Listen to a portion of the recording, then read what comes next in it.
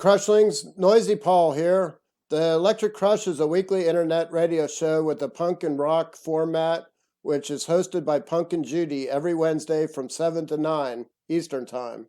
If you would like, please give me a like or subscribe to the Noisy Paul Presents podcast on YouTube as well. Today, my guest is Jason McMaster.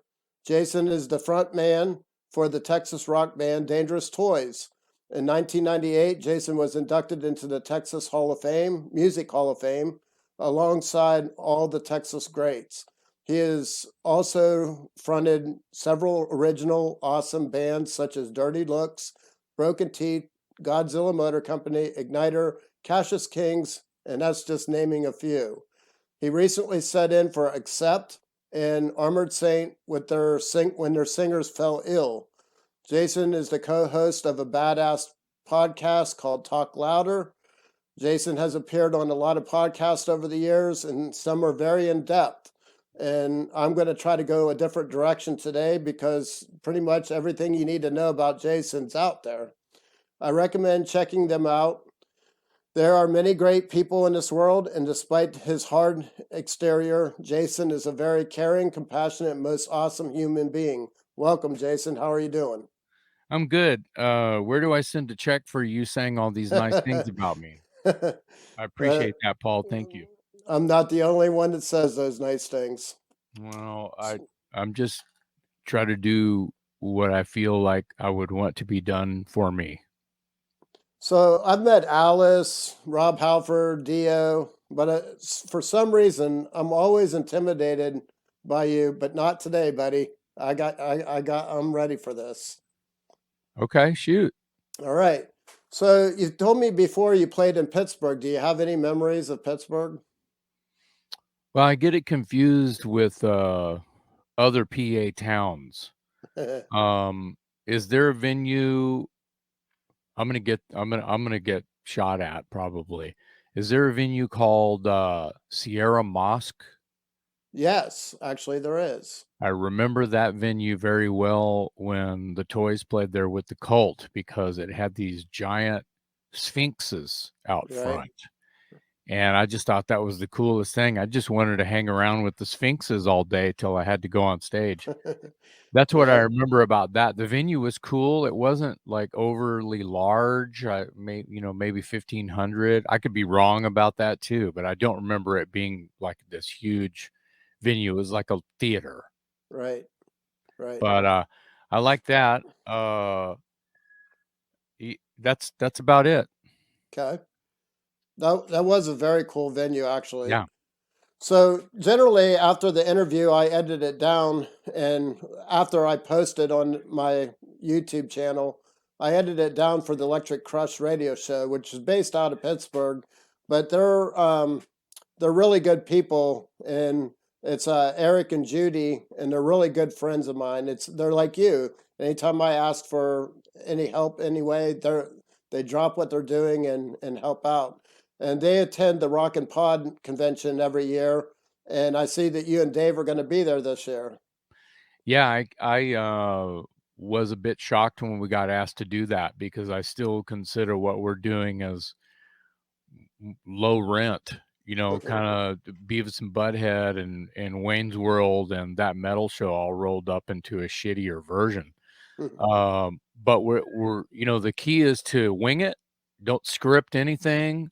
Don't read anything. Just go for it and have fun and hang out like you're in the backyard having a barbecue. Yeah. And fairly recently had met a guy named Tyson Leslie who plays keyboards for a lot of different people, but he plays keys for Vixen. He's kind of a hot shot in Nashville on the music scene there and plays and records and writes with everybody in Nashville.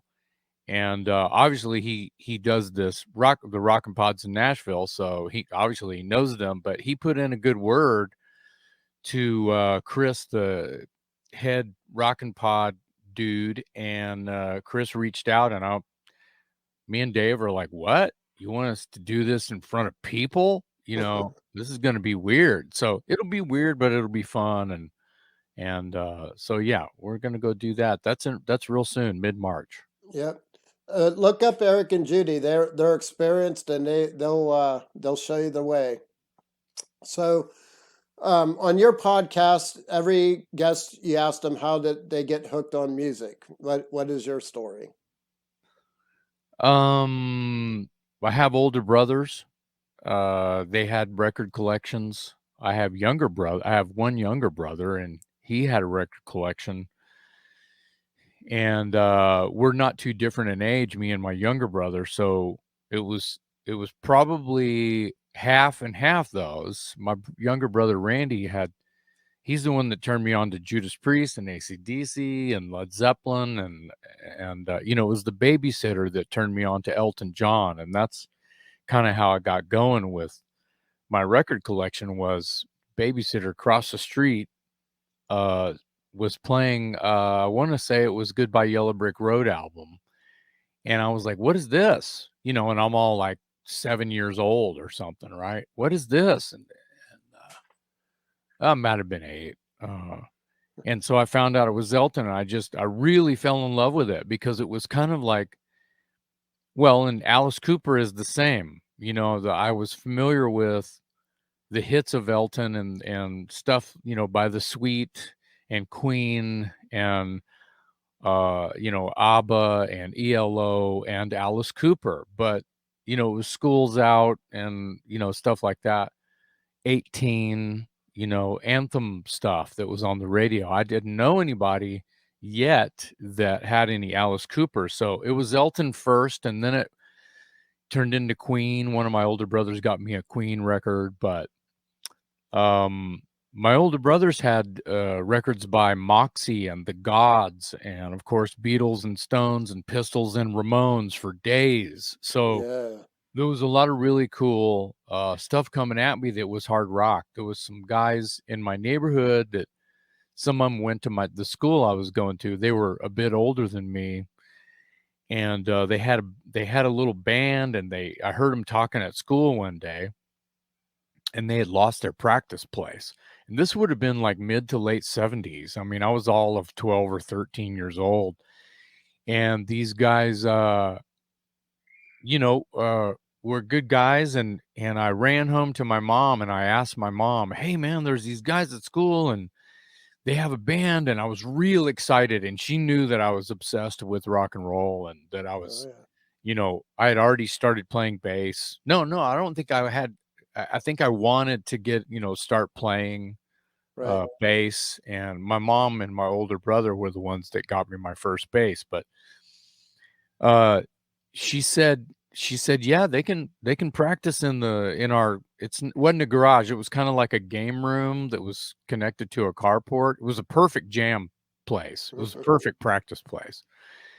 And she said, "Yeah, as long as they play my Christmas parties for free, they can rehearse in there." And I'm like, "Oh my God." It was like that was golden. And it was sort of like set this whole if I wasn't obsessed before, I became possessed Oh after yeah. that, because I knew that it was kinda like, "Yeah, I'll see you guys later. I'll lock up. Don't worry." And what I was actually doing was waiting for them to leave so I could go in there and jam on all their kick-ass gear.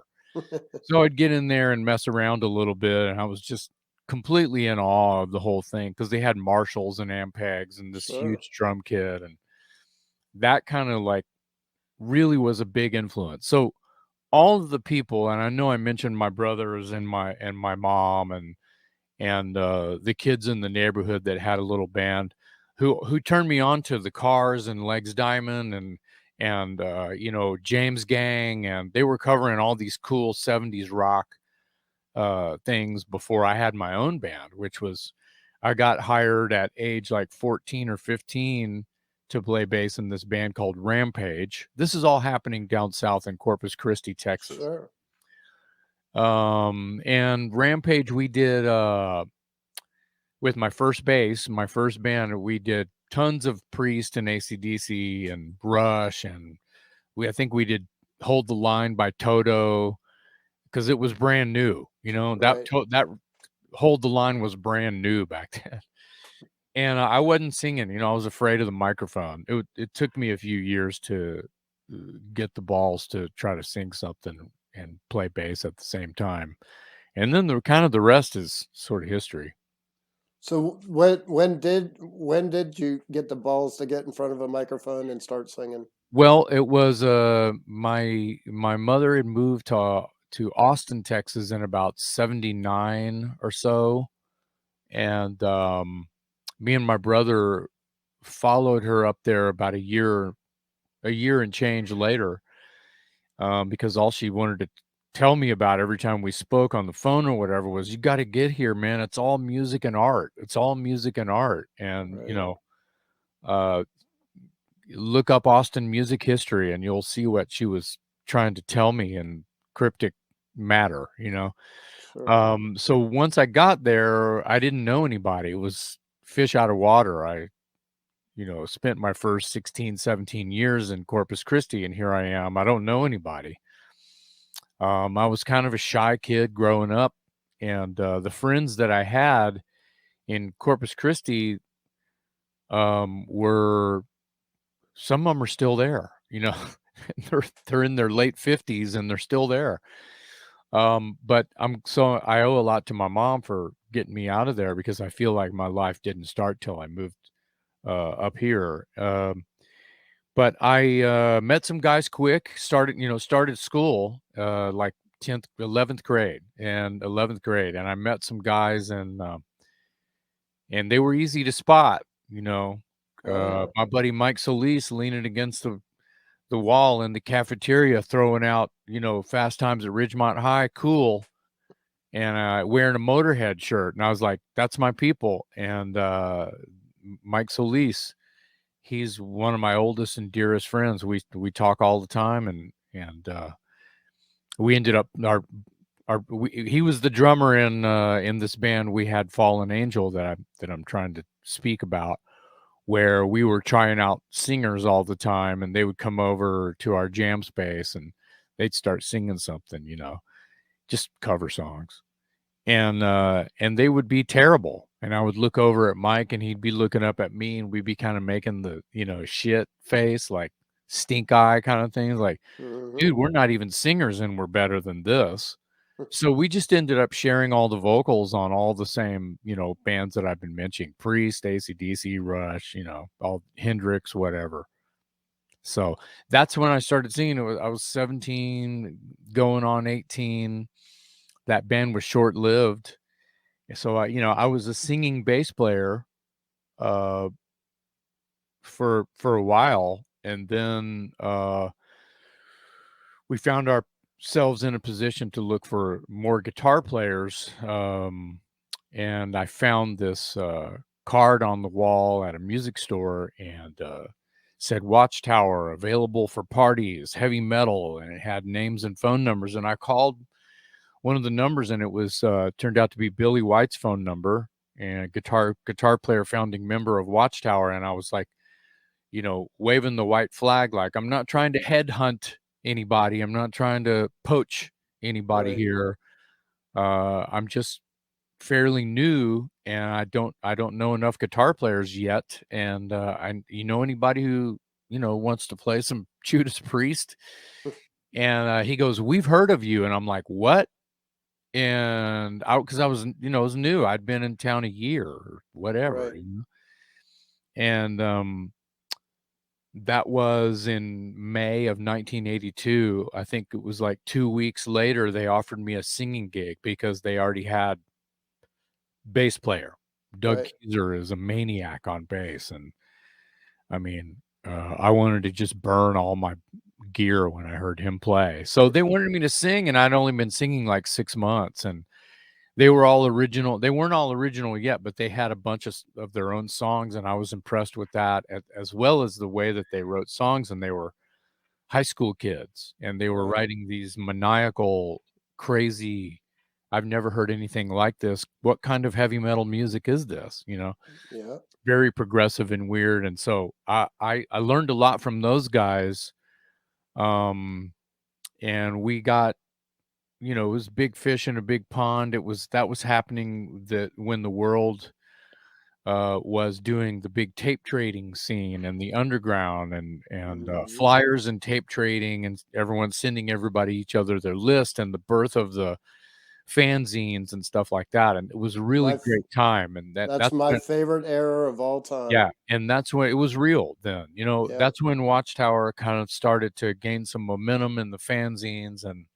and unfortunately, um the band didn't really hit the ground running as far as like playing out and until after we had a record out, and then by 88 I was already working with Dangerous Toys in Los Angeles about to make a record, and I had helped them find another singer.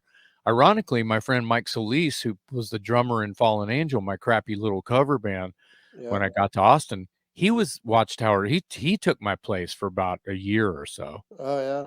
Yeah, it was pretty incestuous because I was Alan Tecchio from Hades from New Jersey was one of my pen pals Right.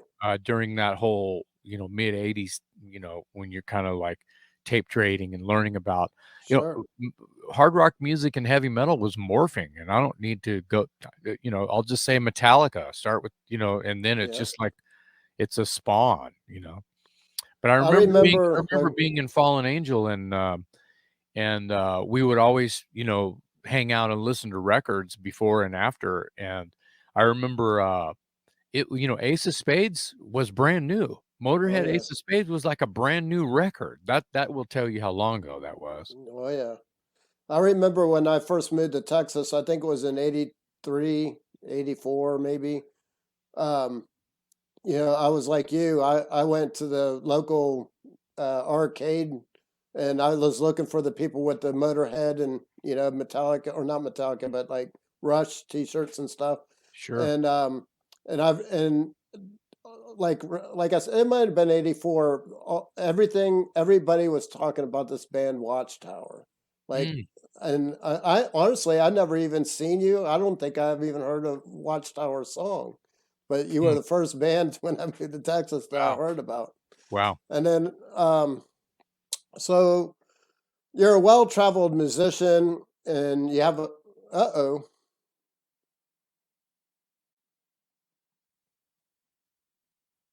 you with me? Yes, I am. Good. Yeah. So you're a well-traveled musician, and you're gonna pick me up and take me on a road trip to some of your favorite destinations or events or whatever. Where are we going? Oh, I don't know. You want to go to the movies? You want to go to dinner? Uh, As long as I'm not going to Celian's Grove, unless it's Oh, to a Dirty Lug show. oh, well, yeah, we can go to a concert. What do you want to, whatever you want to do, Paul? Uh, I was hoping you'd have something more adventurous than that. Oh If no, I was I'm not. picking you up, I'd take you to Mardi Gras in New Orleans, probably. Yeah, I wouldn't. I'd have to respectfully decline. uh, I know why I too. don't have any business at Mardi Gras. Uh, that's my style, though. Yeah, So, I can't hang. You're tougher than me. so tell us about your friendship with Pantera, and weren't you asked to join them at one point? Not true. No. No, friendship with Pantera, not not quite even existent. Okay. Um to on the latter part of your question, I was called by their father and then a week later by Vinny, uh, them asking me twice if I had any interest in auditioning, not to Okay. join, to Okay. make that clear, very Right. clear. And I turned it down both times. This Right. was during a time, this was between the independent releases that they had. They had 3 records out before with Terry Glaze on vocals, and then they had Power Metal with Philip.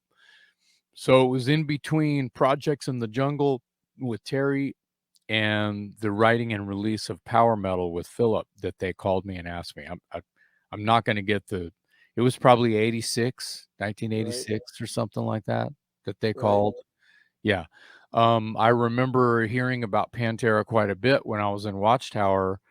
These guys out of the DFW area, and that they had records out, and they toured the kind of the cover band circuit, but just the club circuit, but that Right. they did have their own stuff, and they played originals mixed with covers and stuff like that, and they were badass.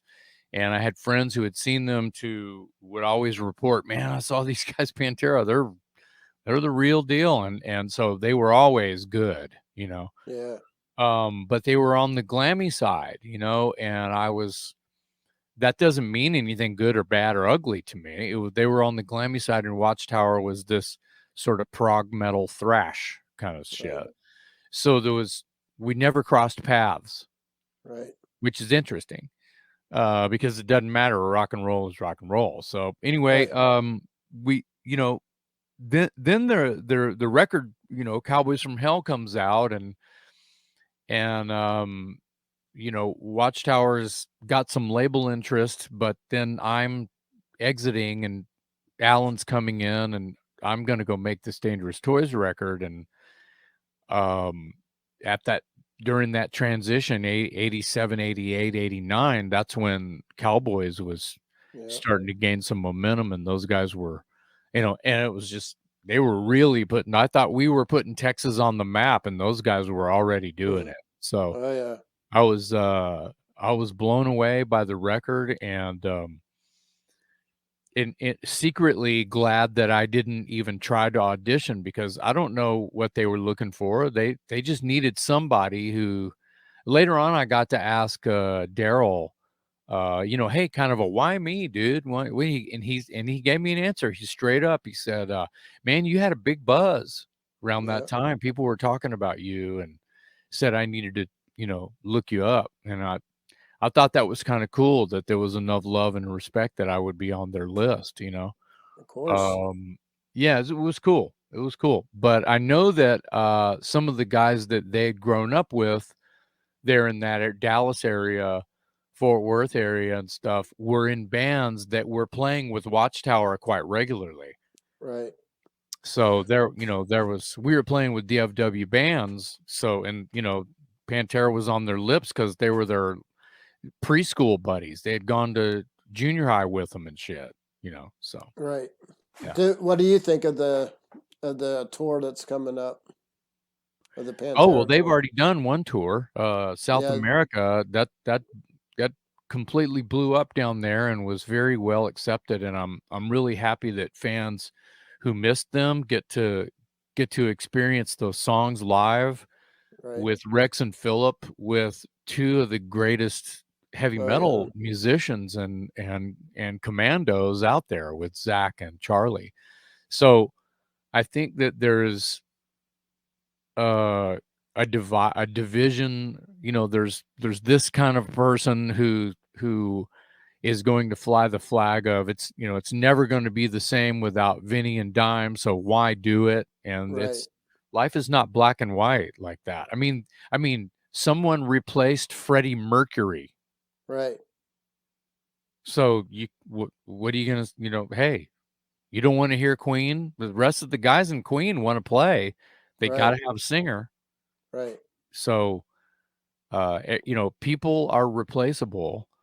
It's the songs that never die. Life is fragile, life is short. Right. If you take care of yourself and you try to make good decisions, then that's great. You can live a long time, and your band can go forever. There's been, do we need to call up Keith Richards and see what his mojo is? So Yeah. Right. anyway, the point is I think it's part of me is a little bit torn, because I understand that. I Right. understand why people would be like you could say the same about Kiss. That's not Ace and Right. Peter up there, but what are they going to do? They can't, Ace and Peter don't want to do it.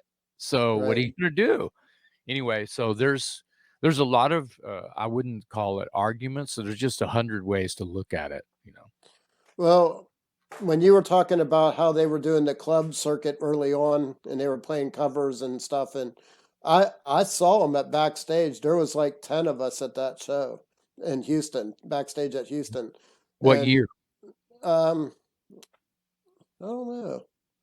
Don't remember, but Doug Pennick, he was standing right next to me. We're all in the front of the Awesome. stage headbanging.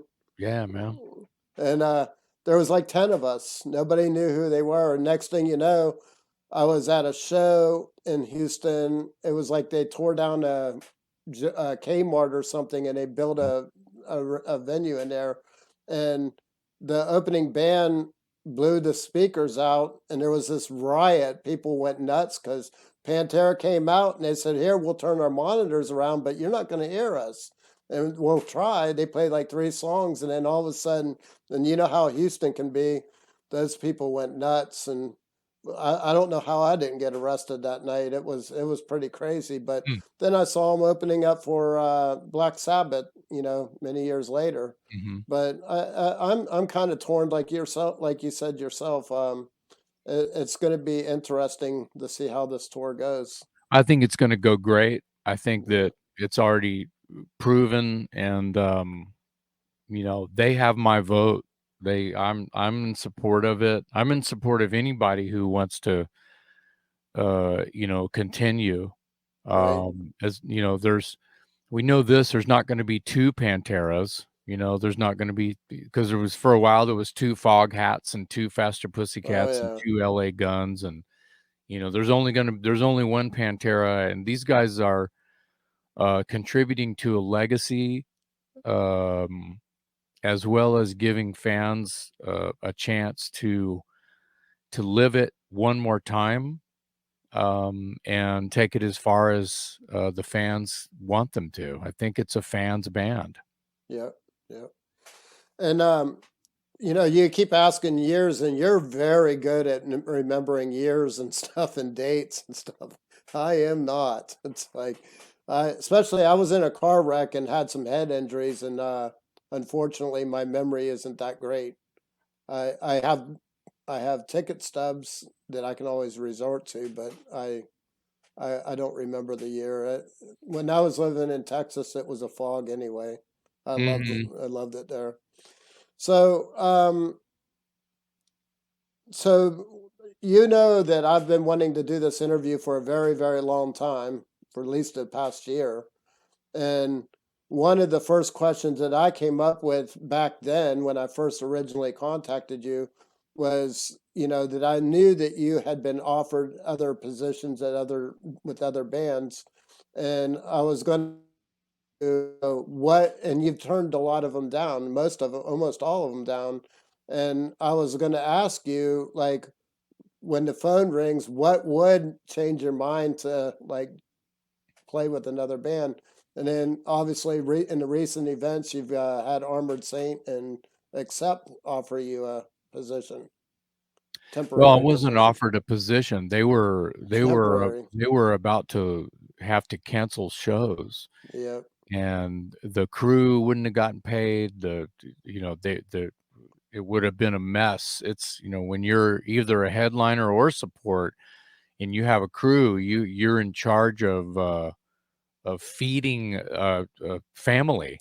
sure. You got a drum tech, you got a monitor engineer, you got a guitar tech, you got a sound man, you got a merch person, you got a whole bus full of a crew of people, you got a full band. It's an army that you're taking care of Right. when you're out there to put on your show. So if you got a man down, and God forbid you have to cancel one show, because that's a show that you can make your it's not about profit margin, it's about not losing money. And Right. so you just purge money when you're sitting there wondering what the hell you're going to do, because you're camped out at a hotel. It's the same thing happens sometimes when your bus breaks down. When it's a human being that breaks down, it's worse. So I was uh I was a band-aid. I was there Right. to help. I wasn't offered a position. Completely different thing. Uh, than the first thing you mentioned, where I was offered an audition and I turned down an offer to audition for Right. a band or two or three. But it's different when the difference between the Accept shows that I did and the Armored Saint shows is only this. When I went to the Armored Saint thing, I mean, I'm sorry, to do the Accept work, it was they didn't know me. You know, a Right. few of the guys in Accept knew who I was and were into some of the things that I, into some of my body of work, but Right. they didn't know me. They'd never worked. There was nothing to go on other than, they heard me sing a couple songs online and they go, "Oh yeah, well this guy can do it. Let's fly him out here." Armored Saint, totally different because I've Right. known those guys for a really long time and they'd just fly me in and they knew that I was it didn't hurt that I had just done the same sort of Oh Band-Aid, yeah. fix it man, bring in the cleanup guy, uh, with Accept. And they knew that I had just done that with Accept. So it was like, oh man, John's down. We got to get Jason out here. So I Accept know. Accept was going through not a long list, but they had a short list, Right. and an Armored Saints list, I'm proud to say, was even shorter. Right. It I was kind I of like, well, who I are you can going to honestly. call? And they just all looked at each other and said, we're going to call Jason. Yeah.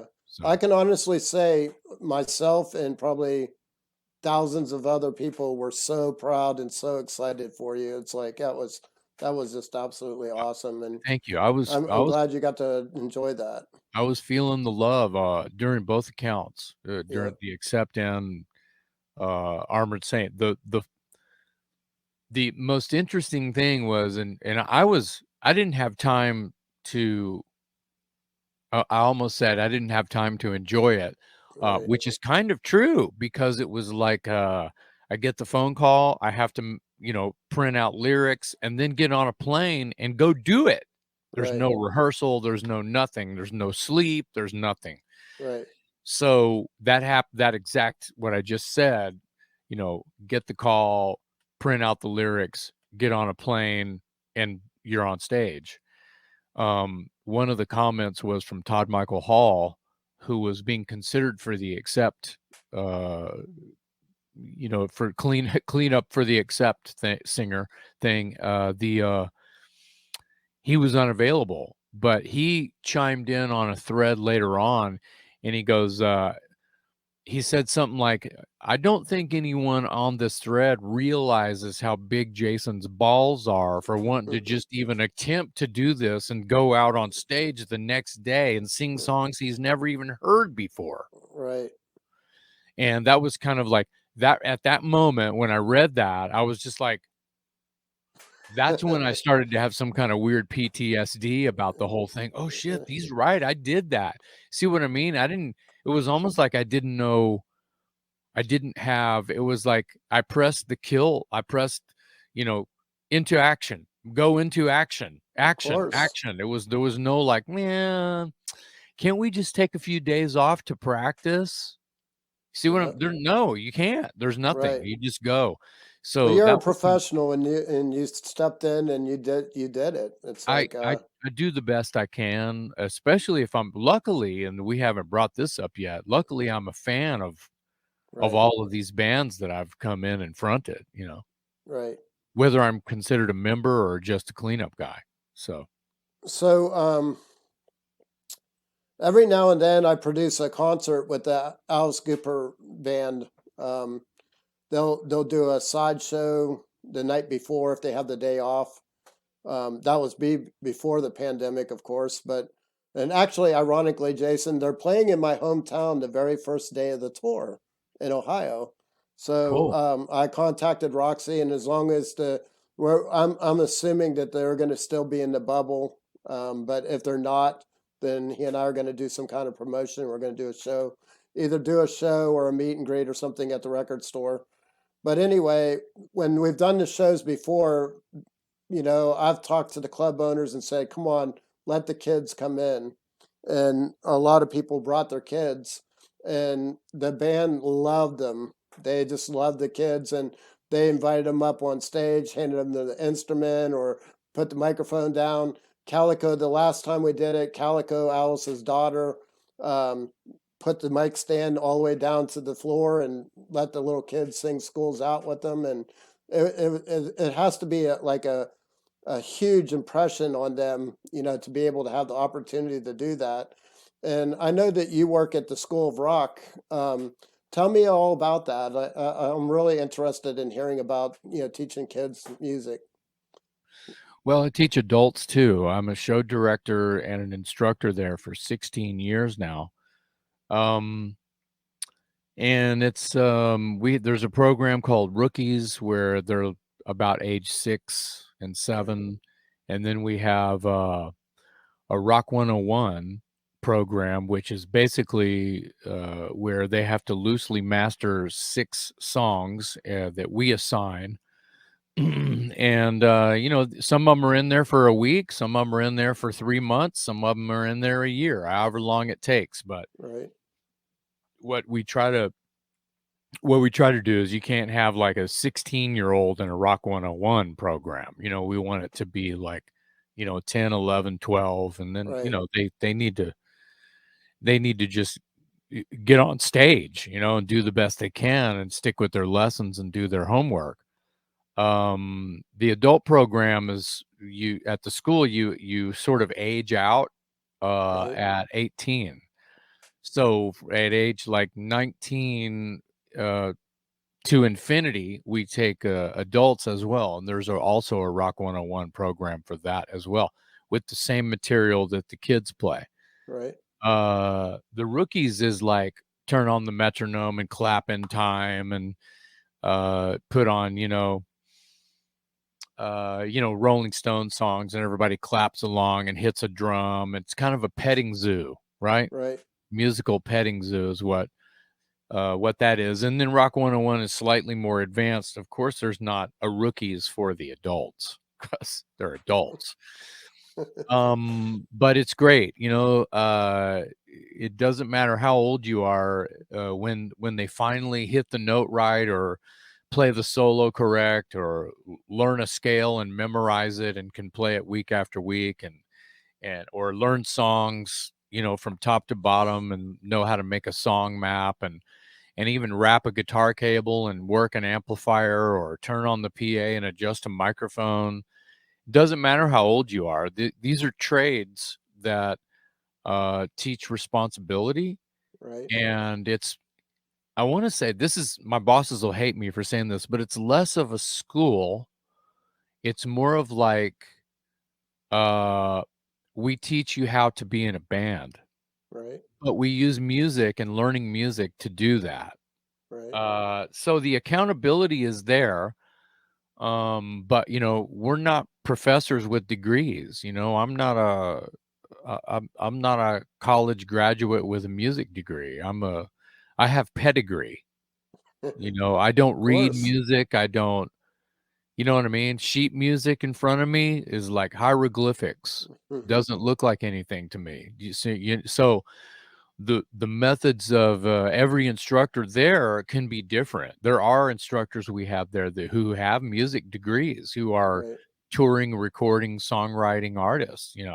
right, So it's really a great place. And what I like to call it is, and I'm not, I didn't invent this phrase, but we're building a culture by right, saving rock and roll one kid at a time. right. And I think that's what the Alice Cooper band's doing too. It's like that one kid that they pull him up on stage. He's gonna have that for the rest of his life. It's like, Well, yeah, that's they're inspiring, and that's what I want to do. I'm an instructor who's more of an inspirer, a conspirator right, to get people to learn to fall in love with rock and roll the way that I did. right, Um, Kids showing up to an Alice Cooper show or any kind of show, and the band is rolling out the red carpet for young people to just come up and have an experience. That's a petting zoo. yeah, That's what I like to use when it's a single experience. Now, when you sign up for classes somewhere right, where you're having that every day, and then right, and then you sort of gradually get past, clapping in time to, I can't get no satisfaction, Right. to actually learning a scale on an instrument, or learn what notes are, or how to sing a scale or play a scale, and Right. play with other musicians in time, and then snowball from there. Right.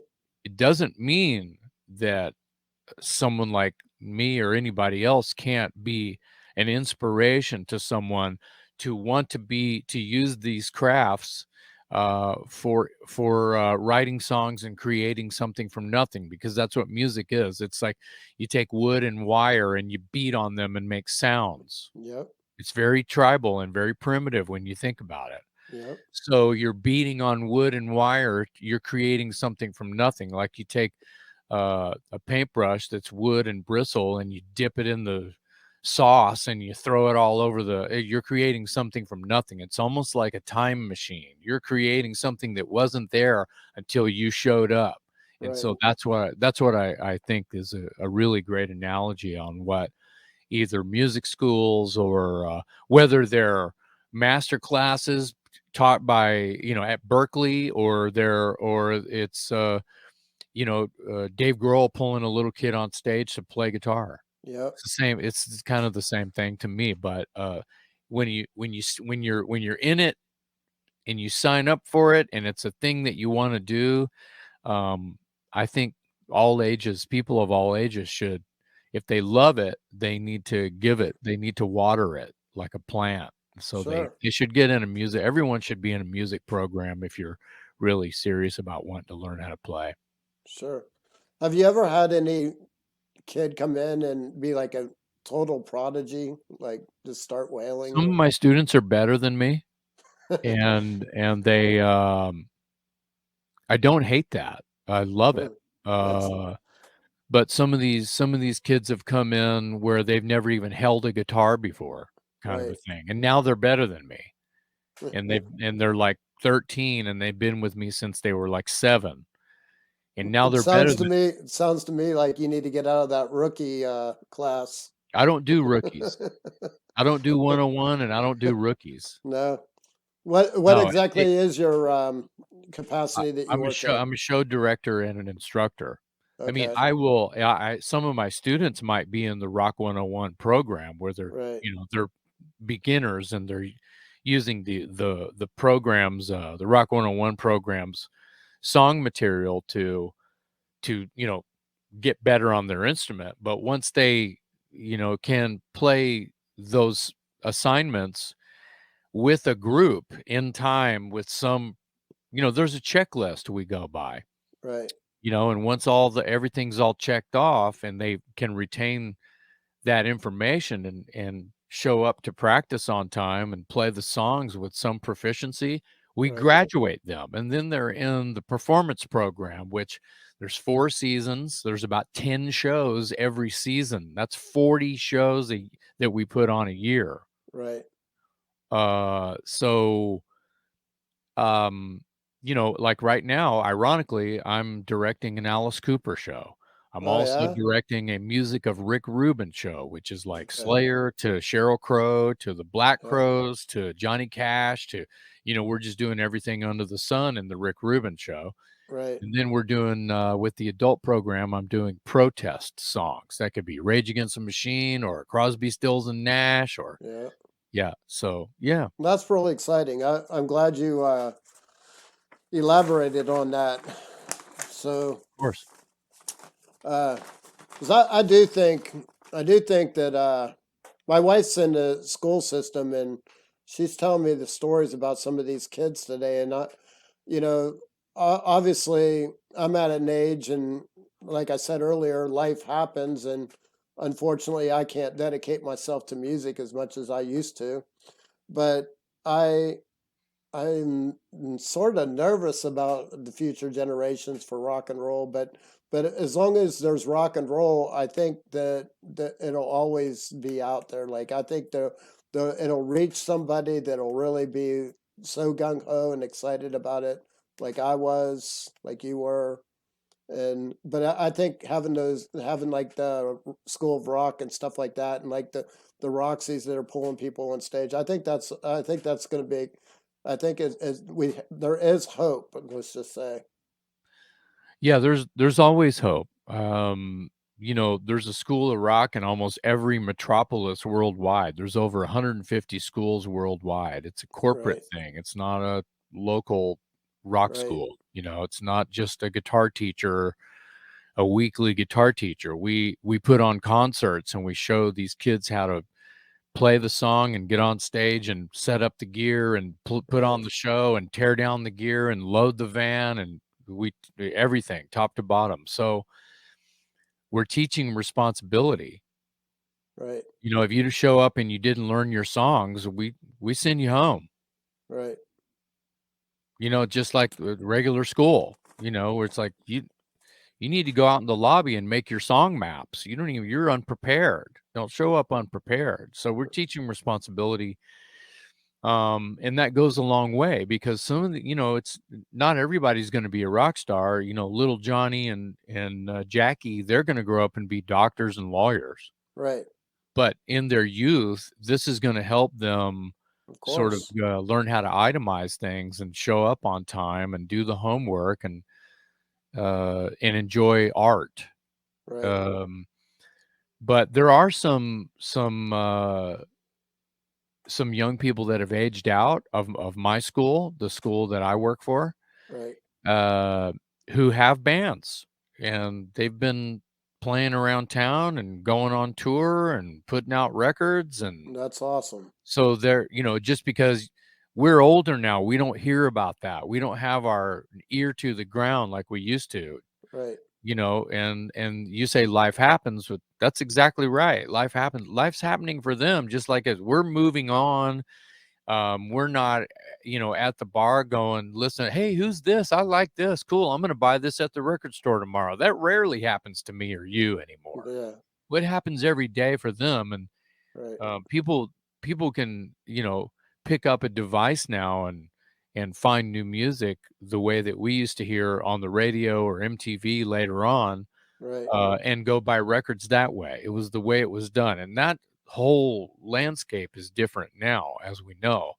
So, at the touch of a finger, you can hear something you've never heard that might inspire you to either want to download it, God forbid, or go to the record store and buy it, buy a hard copy. Right. So it's just different now. It's faster. And I mean, you can make a record today and sell it tomorrow, and people in Poland can buy it.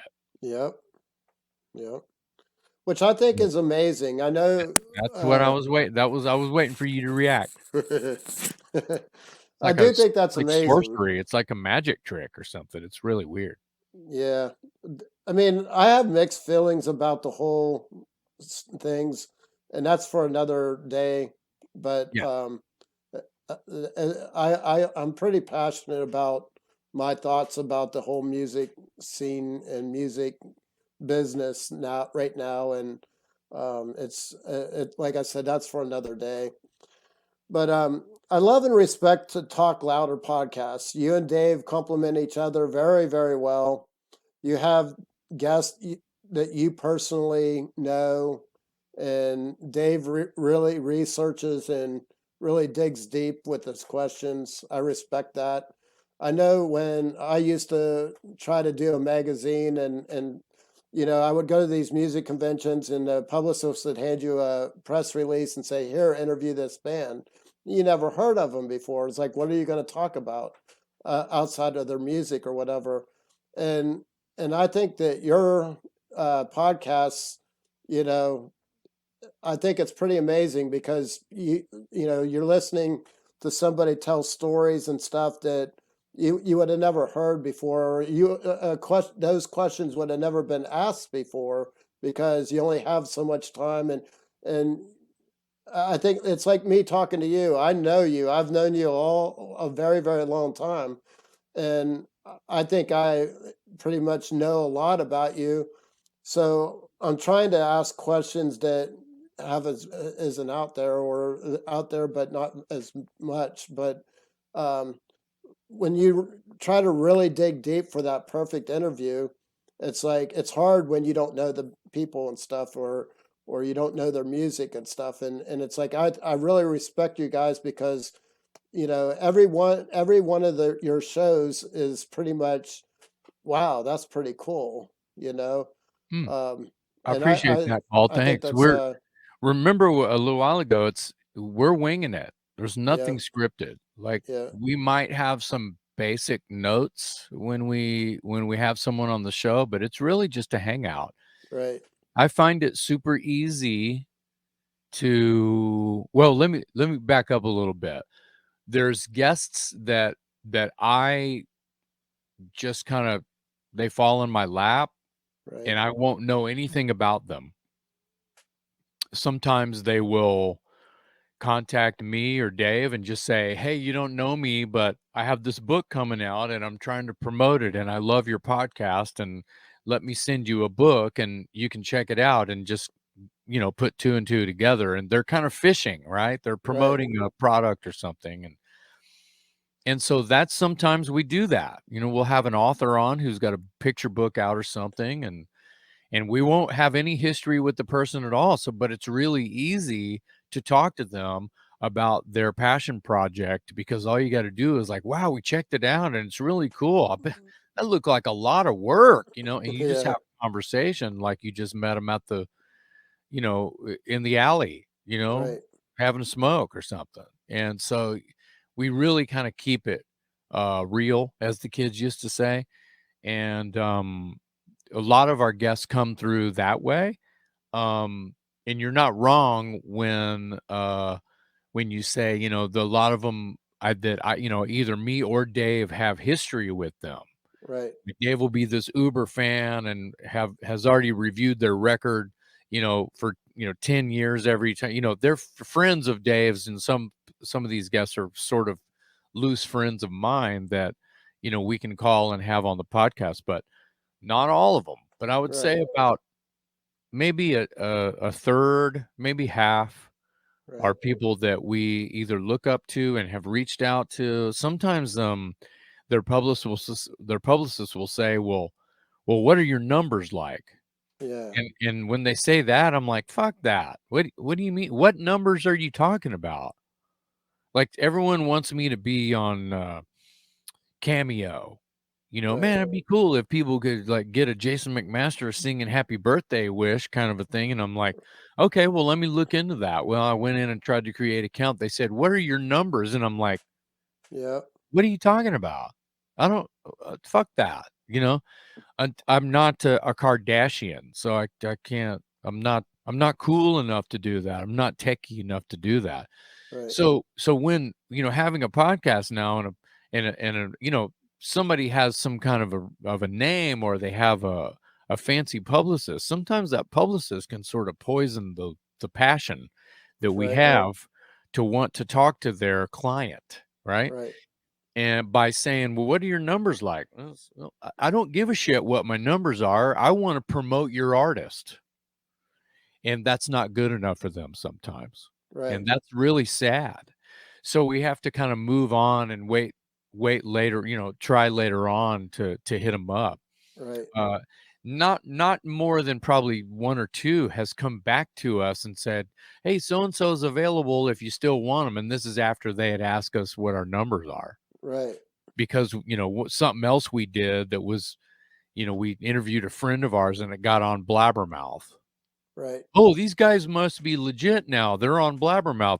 Well, no, we r- just did what we do, and right, Blabbermouth picked it up, which is not uh, that big a surprise because some of the moments in the Talk Louder podcast are pretty cool. Some of the things that exactly, we end up talking about have some legs about it, and if Blabbermouth catches wind of it, they'll talk about it. So I mean, I like Blabbermouth, but I don't live on it religiously. I just think that right, it's cool that it's sort of a conduit, right, it lets people find out about information and I think it's just part of the landscape now.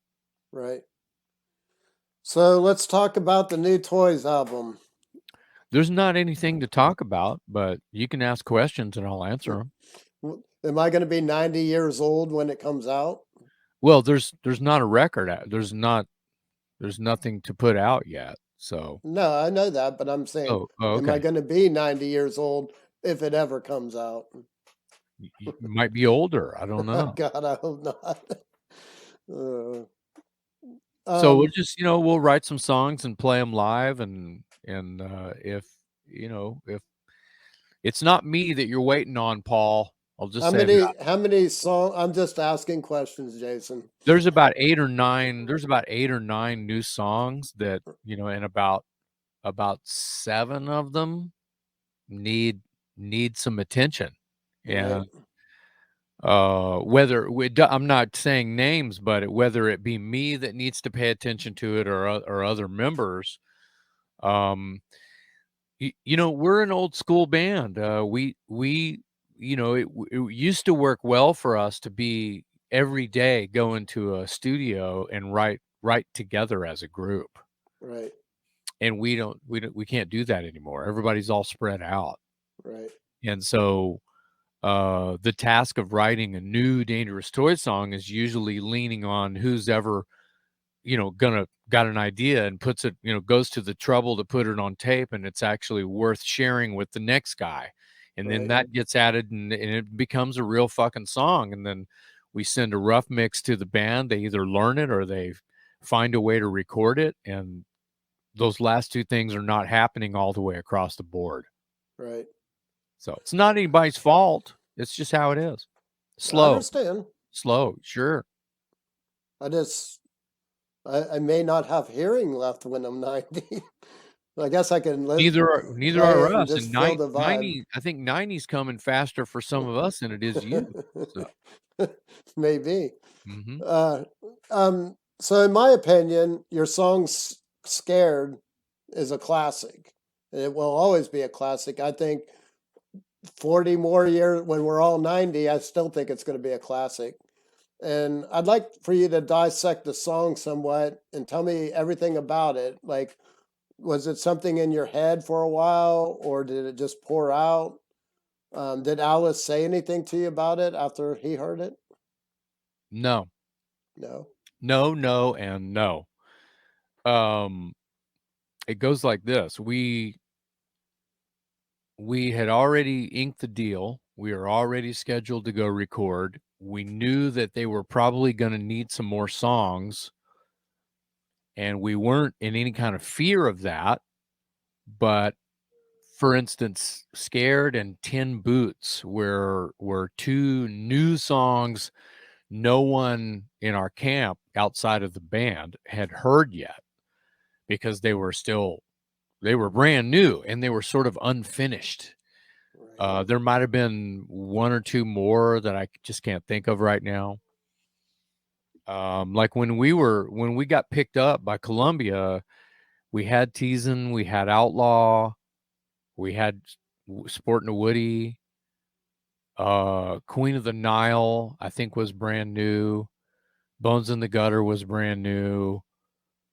Uh, I mean, the important material was there, Right. but Scared wasn't there yet, and Tin Boots wasn't there yet. And those, in my opinion, are just as important as Teasing an Outlaw Of or course. Sporting a Woody or Queen of the Nile,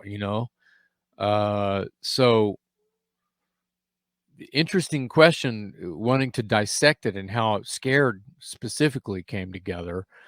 We were at rehearsal like we were almost every day, and Scott starts playing the main riff, right, which is kind of the verse and the chorus. That Right. riff is kind of the same. There's technically only 3 parts, and one of those parts is the solo section in the middle. Right. The intro and the verse are the same. It's, as soon as it bangs in, it's a verse. And then it starts to break down a little bit, and then it just goes back into a verse again.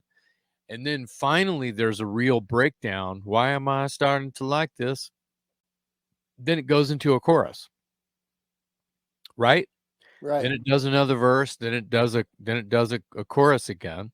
Then there's the solo, and then it breaks down again, and then it's chorus all the way home. Very typical map of a rock and roll song. You know, intro, verse, chorus, solo, bridge, chorus, done, right? Right. Um, so Scott's playing this riff, and I don't even know if we had our plane fares yet to go record, but we knew that was coming. It was this sort of Right. like in between period, which wasn't very, it was a matter of weeks. Um, and I just remember Tin Boots and Scared being like probably the last two songs we wrote for the record, Right. and they were unfinished. We were probably all coming in together. I'm sorry, without vocals. The band would just come start playing, that riff, and then I would start singing something, and that melody is pretty straightforward. And I was just kind of following the roots of what Scott's riff was, Right. because there's this root note that's staircasing down,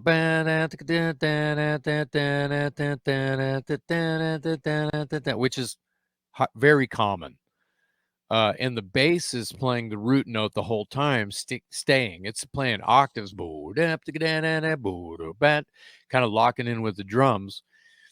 And that was kind of happening immediately in the jam room when I heard it. Right. And I was like, hold on a second, play that guitar riff again.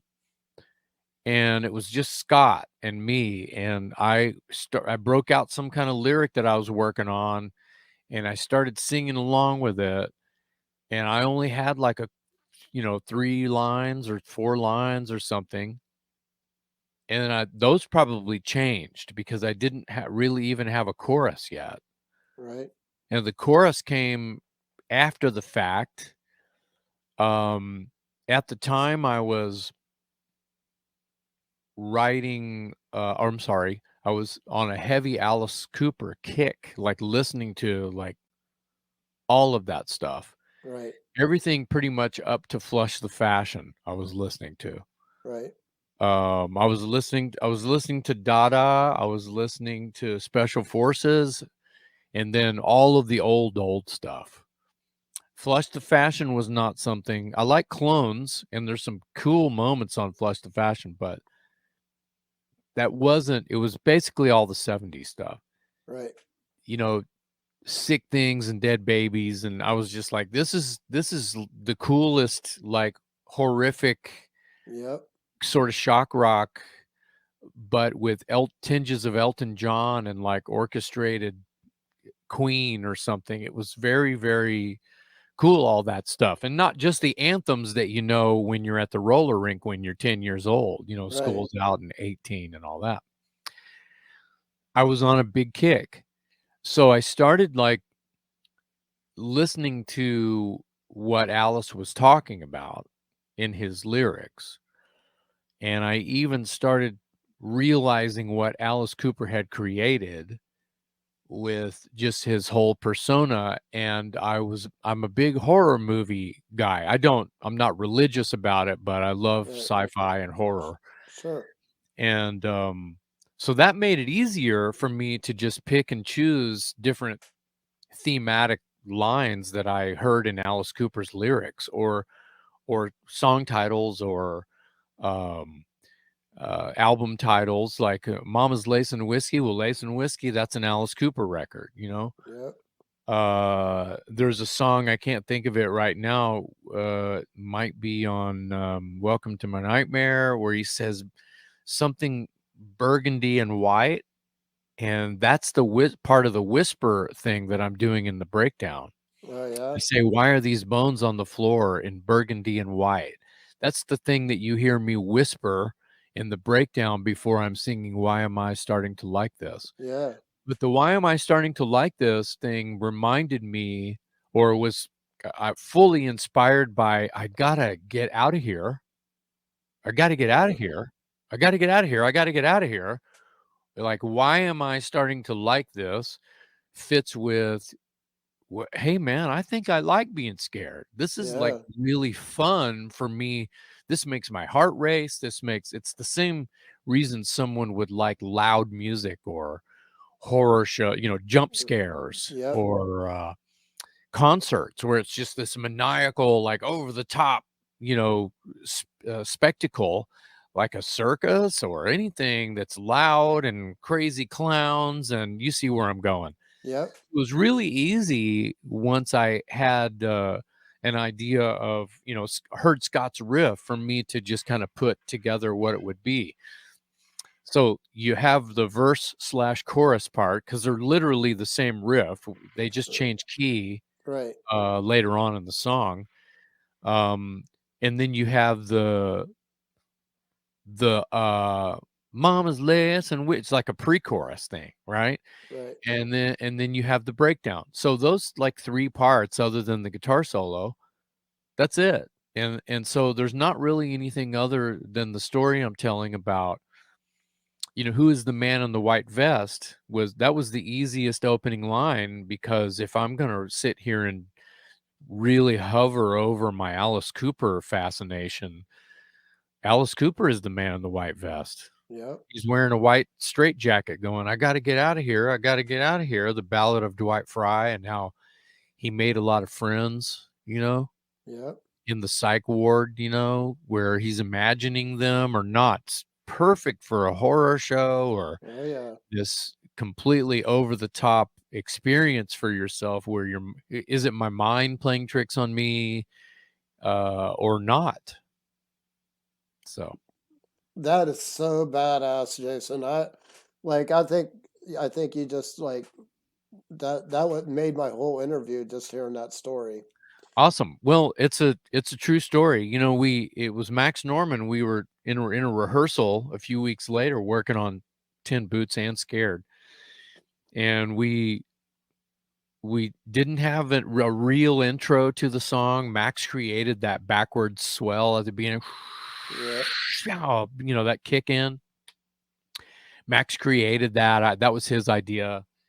Other than that, we like we do it live. We just count off and start the song, and Right. people expect it. They hear that effect in their heads because they've heard the song. If they're a fan, they know what we're trying to Right. create live. Right. Anyway,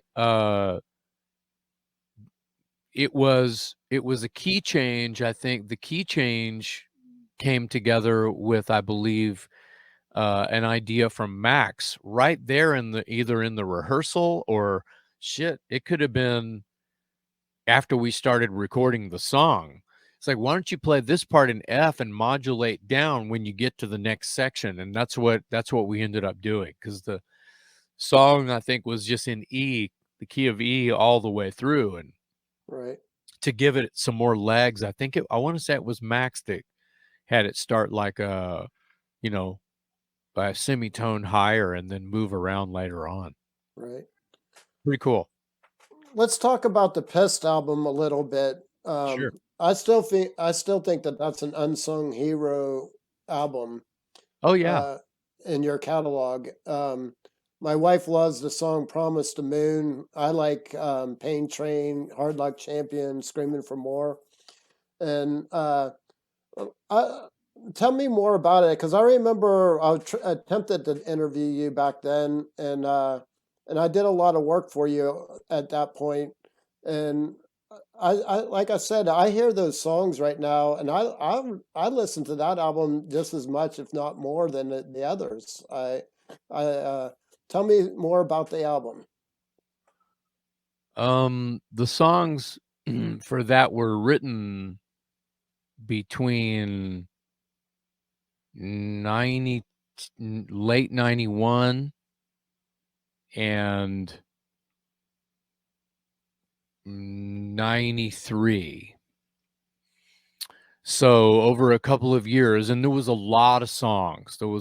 We wrote a lot of songs in that time Right. because it was during a time that we were uh trying to make um a third record for Columbia, Right. and they just you know, we'd write and record 4 or 5 more songs and send a demo tape, you know, basically a scratch demo tape to management. They'd make copies and send it to the label. They're people that kind of have the final say on, which feels weird saying, but you know, someone else is going to decide who your children are, you know. Sure. And they just said, nope, keep writing. You have to think about the musical climate for at least a second about Right. what's happening to rock music in 92, 93, 94. You know, it's pretty Yeah. weird.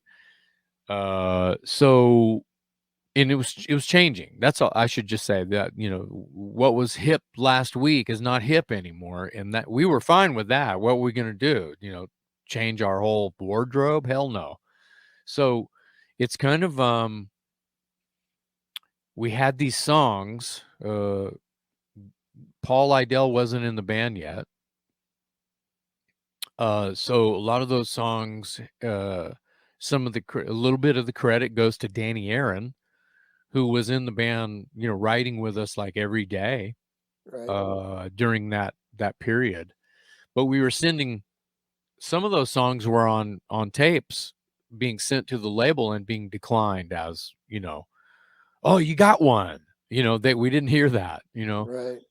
Uh we really like this one. The rest of this is crap. We didn't get any response. The only response we got was literally, and this was through management. The other words could have been Right. spoken between management and label. We didn't hear any of it. All we heard was keep writing, keep writing, keep writing. That was the message that we got. Right. We didn't get distressed or bummed, but we ended up, I mean, I feel like we were writing like 75 fucking songs. Right. So we had all this material and these ideas, and it was some of the best songwriting I feel like the band ever did was back then. Right. Uh, and so when we finally told management to tell the label uh, that we wanted to be let go, Right. you know, people say, "Oh man, we got dropped," like it's a bad thing. Being Right. dropped is not always a bad thing. Okay. So it was kind of like we were asked to be dropped. We wanted to leave. Well, if we're writing great songs, fuck you. We want to make a record. Right. So we were property of Columbia, Sony Music. So we said, hey, let's cut the cord and go make an independent record on our own. And that's what we did. And it was Pissed. And it was the songs during that time. Right. And they were kind of like the it's kind of like the tapes that we had sent to management and the label ended up getting to Tom Fletcher and Billy Sherwood, who produced the Pissed album. Right. And they loved all the songs. They were like, man, we hear all kinds of good shit coming out. So Oh so yeah. once we with them, I remember with management and with them, I feel like we picked whatever it is, 11 or 12 songs and just made that record. And Paul came to Austin in January of '94. By March, we were in the studio. Yeah. The song "Promise the Moon" was that pretty much the story you just told about with the record label? Well, that's one of my songs, and that song, the lyrics of that have absolutely nothing to do with uh, you asking the label to, you know, breaking up with your girlfriend or breaking up with a record label or whatever you want to look at it. Right. It's it's um it's more about a life, learning about life and having either, you know, whatever your expectations are, you can't, you know, you can't call someone a liar if they warned you, you know. Right. There's too much at stake, you know. You can't just you can't bitch and moan and cry because no one told you that it, you know, if you expected it to be exactly how you wanted it to be, you're screwed. Right. So you have to, there's no way to prepare for it either. You just have to you just have to have some kind of real keep it real, as the kids used to say. You got to keep it real. You can't think Yeah. too highly of yourself. You can't expect the world to just bow down for you and lay down for you to make it easy for you. uh, brace yourself kind of a thing. Right. That's one of mine. I wrote that uh, at Jeff Tweedy's house, good old South Austin. Just like some of the songs on the artist formerly, Transmission is also mine. That's one I wrote out at That's an Tweedy's awesome house. song too. Me and Scott. Scott came over, which was kind of a rare occurrence, but Scott actually came out there to the house and we wrote Strange together. Yeah. Like some of the like I had one part and he had another, and Strange was born in like Yeah. 5 minutes, and that's a kick-ass song. Oh yeah. Pain Train is Mike and Scott. Mike wrote the lyrics. Scott wrote the groove. There's a couple of Mike and Scott songs on Pissed. Right. Illustrated Man, that's Scott and Mike. Right. Yeah, those are some of my favorites. Screamer for More is me and Scott. I wrote Screamer for More. No, you know what? No, I'm sorry. I think it's a me and Mike wrote Right. that one. Yeah. That is an incredible album. So you just said there was about 75 songs written at that point. Do you think we'll ever see any of those surface that hasn't already? There was one that's rather old. I think it was a 90 written in like 91, around the time that probably right after we wrote Angel and You while we were on tour with the Cult.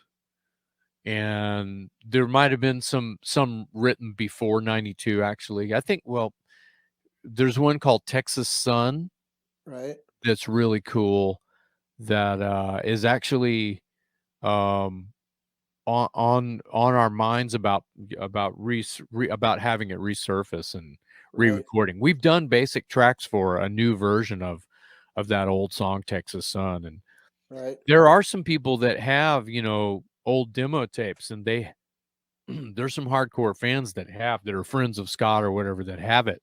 Right. They love that song. It's always been a good song. So Well, I'll tell you, some of my very favorite bands, some of my favorite music by them are the excerpts of stuff that they after the fact they put it out and just mixed it and put it out just as unreleased. a Yeah. unreleased type thing.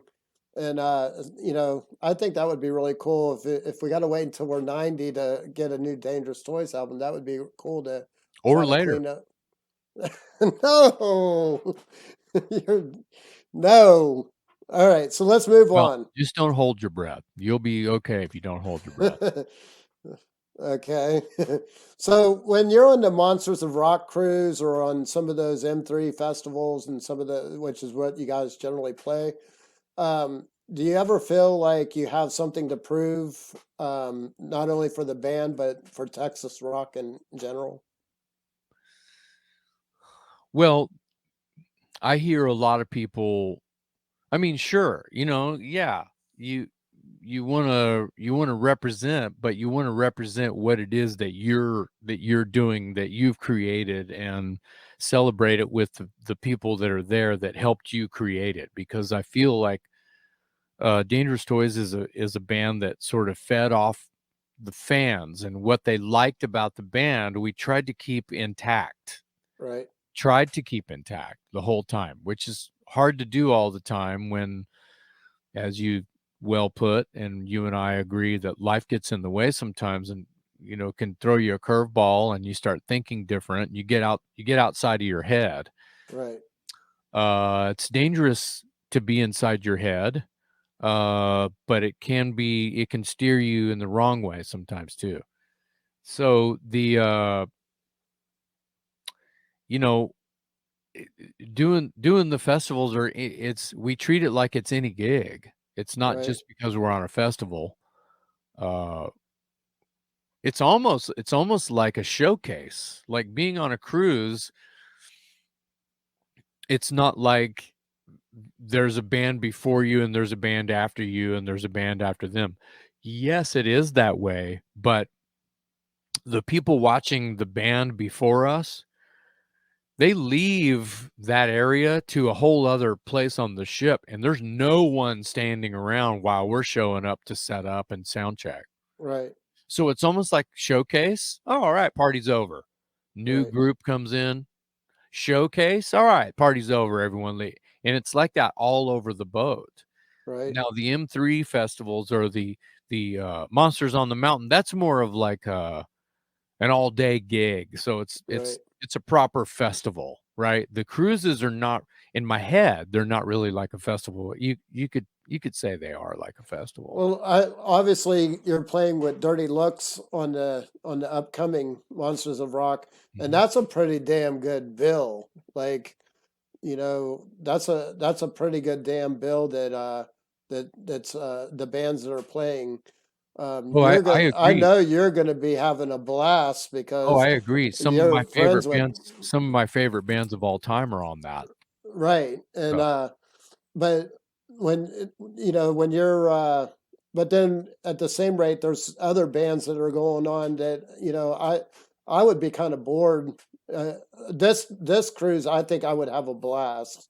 Some mhm. of them I think outside of a handful of bands, obviously I would have loved to seen you guys and Alice last year. That would have been awesome. But I've watched your videos. I've listened to your music daily, and you know I can't imagine you following Enough's Enough or somebody like that, where you didn't just kick their ass, like Well, yeah, I especially mean, with the song list. just insert a band name here. It doesn't have Right, to. And I know you that's what I didn't mean mean. any harm. Yeah. No, right, The thing is, everybody's trying to bring their A game right, because if you don't, I mean, if it falls flat, it's going to be obvious to your fans, right, you know.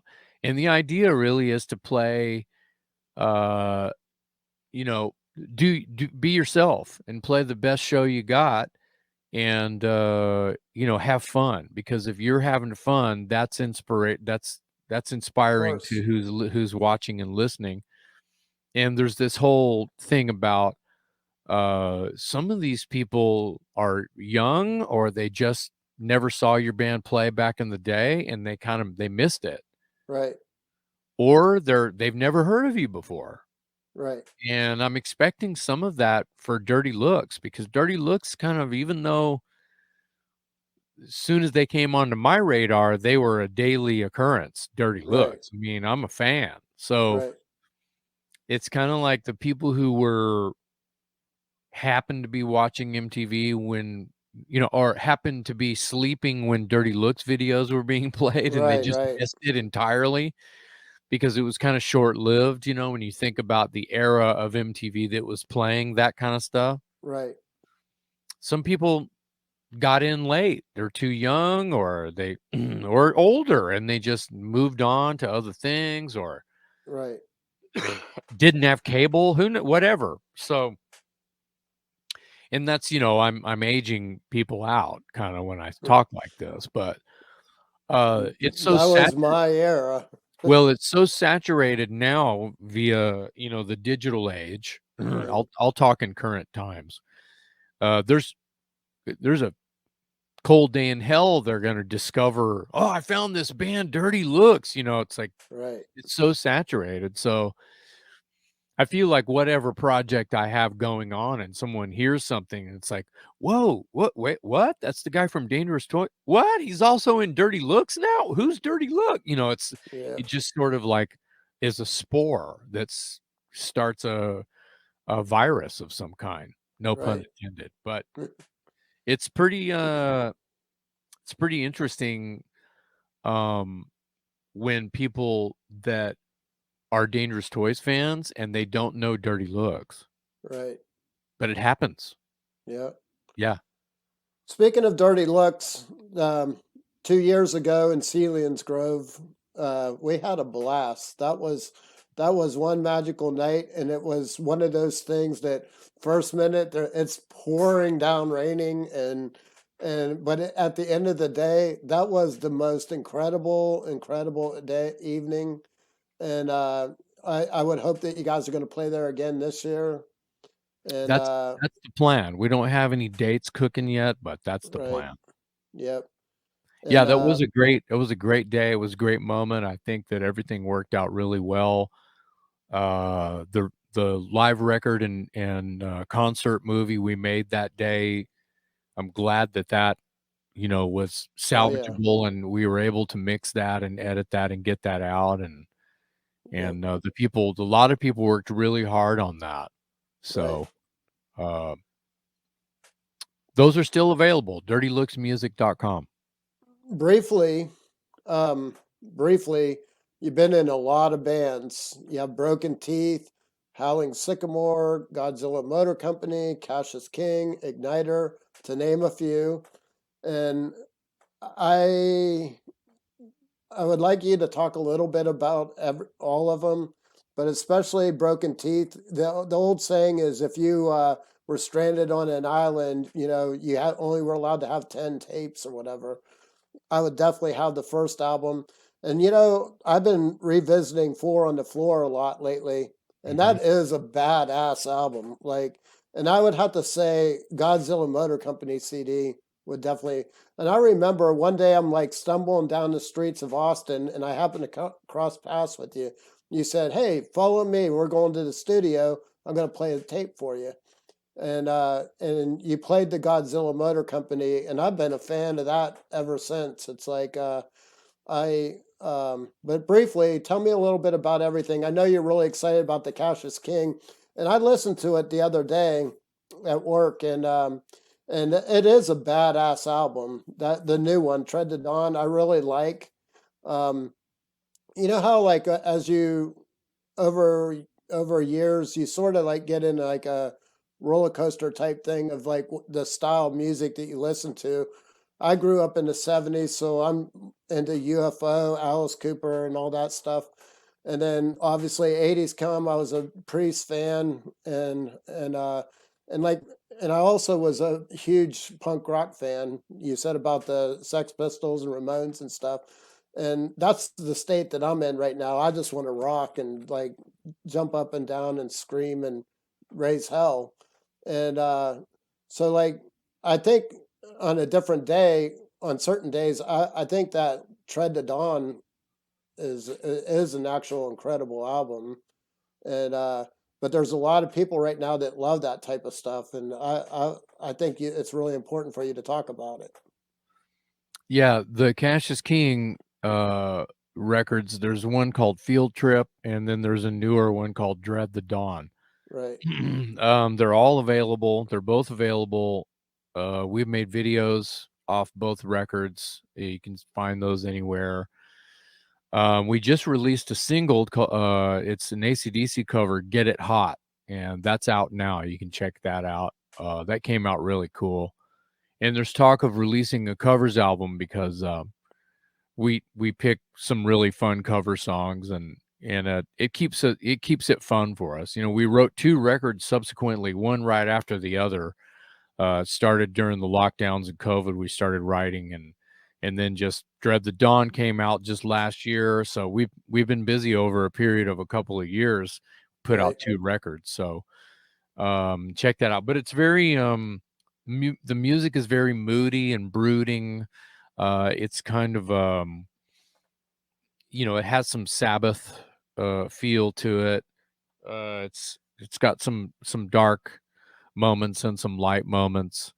And I'm kind of channeling some Ozzy and some Dio in there, which lends itself to the doom side of things. Some people have thrown it under stoner rock, but I don't hear the stoner rock. I I don't don't think either. I don't think everybody knows what stoner rock is supposed to sound like. Right, But Cash King is not stoner rock. If anything, it's closer to like if old Kiss went to the studio with Ronnie James Dio and wrote some rock and roll songs. That's what right, that's what it feels like to me. right, Um Maybe with a different drummer, something like that. right, But I love the band. I've always wanted to do something a little darker like that. I have a band that hadn't done anything in a little while, called Evil United. We have 3 records out. That's kind of a classic thrash, mixed in with some, of course, Priest and Iron Maiden. And then on that note, if you take like you know, King Diamond and Rob Halford and the Devil and made a classic thrash record, that would be my band Igniter. And Igniter has a bunch of material out. Right. The last record that we put out was called um, The Golden Age of Black Magic. And it's very sort of gothic metal, but it's true metal. It's power metal, but it has a lot of thrash elements, as well as you know, just classic power metal, but some thrash thrown in, and the vocals are melodic, by way of, you know, some of the singers that I've mentioned are big influences on me: King Diamond, Rob Halford, and Ozzy and Dio. Um, Broken Teeth, we are writing new material. It's slow, but we have a few things cooking right now that I'm excited about. Broken Teeth has like, I don't know, 8 or 9 records out, much Yeah. like Igniter. And Broken Teeth, the last studio record we made was Four on the Floor. And then during the lockdowns, we released a live album called Evil in the Queue, which also comes with a concert movie DVD inside the CD. And Right. those are everywhere. That's available everywhere. And that it's a great live record, super fun.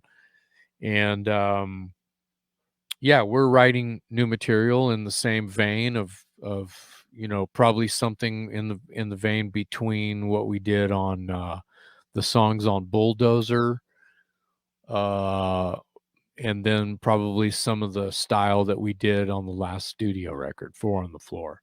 That is a So, great album. yeah, there's some fun stuff. Sometimes it sounds a little bit new wave or British heavy metal, but, you know, we're definitely leaning towards the Four on the Floor stuff. Just good bluesy, strong power Yeah. rock, you know. Yeah. Uh, and then Godzilla Motor Company is a defunct band that, you know, we have, I will divulge this information. We have gotten together as a group in the like over the past like 4 to 6 months and have jammed those songs in a room together, Oh yeah. with a different drummer, but it's this pretty much the same band. And there were rumors that we were going to play a show, but it didn't come to fruition because we just weren't ready. Right. Everybody in Godzilla Motor Company is very busy. So when we get together, it's a weekend hoot. You know, we get together and play about 7 or 8 of those songs, and you know, it's starting to come together. But if you don't stay on top of it, those songs are hard to play. You know, I'm Oh singing and yeah. playing bass, and it's pretty technical sometimes. So I think that's a badass album. I am so I have obviously have the demo tape, but right, I when you released it on CD, I think that I mean, I was the first one to buy it, and I yeah. was excited to finally have it and be able to play it. I don't have a tape Well, player those anymore. were the record that's officially available now. Right. Also came out during the pandemic scare. Right. And it was a thing where Bobby found the hard drive and called Jared and had Jared mix it, and we put it out. Right. And those we still have that available as well. That's also everywhere. You can get it on every digital platform, Right. and it's you can get the hard. It's not on vinyl. A lot of my stuff's on vinyl, but the Godzilla is not on vinyl. Godzilla Motor Company with an A, Ghad, Godzilla Motor Company, and that's a great record. It Uh, is. the trying to think, Igniter is writing new material. Talked about Igniter, Evil United, Howling Sycamore made 2 records. Uh, the first one was like 2016, I believe, and then we did another one a couple years later, and that's been a little bit shy, I'll say. Those records are amazing. You might be able to find digitally, of course, but as far as vinyl or CD, it might be out of print. Right. But you can find those Howling Sycamore records digitally. I believe the second record was called Seven Pathways to Annihilation. And the first record, it might just be self-titled. Right. Anyway, look it up. Howling Sycamore. Imagine Pink Floyd and Queensryche and Cliff Burton and some death metal band you've never heard of before in a room together writing songs. Right. Pink Floyd, Queensryche, Cliff Burton, and an unknown death metal band writing songs in a room somewhere. And that's what Howling's. It's very trippy. Yeah. Very, very trippy. And you don't know what's coming next in a song by Howling Sycamore. Sometimes the songs are kind of long, but it's progressive and very colorful. I love my vocals on those records because it's just I'm creating a soundscape or something. It's a Right. trip. Anyway, David Tiso, the Italian multi-instrumentalist that initially contacted me, Howling Sycamore is his baby. He's the one that is the mastermind. He recently reached out, so the chances of us working together to make what would hopefully become a third Right. Howling Sycamore installment is could be on the horizon. That would be awesome. Yeah. What am I missing? I'm not sure. Broken Teeth. Dangerous Toys. We already talked about toys. Guilty Pleasure by Broken Teeth is out now on red vinyl with all kinds of goodies inside the jacket and everything. It came out awesome. RevoltVinylRecords.com. You can order one now if you're a Broken Teeth fan and you like that record. That record came out in 2004. Yeah. It's crazy. That's old. is. That record is old.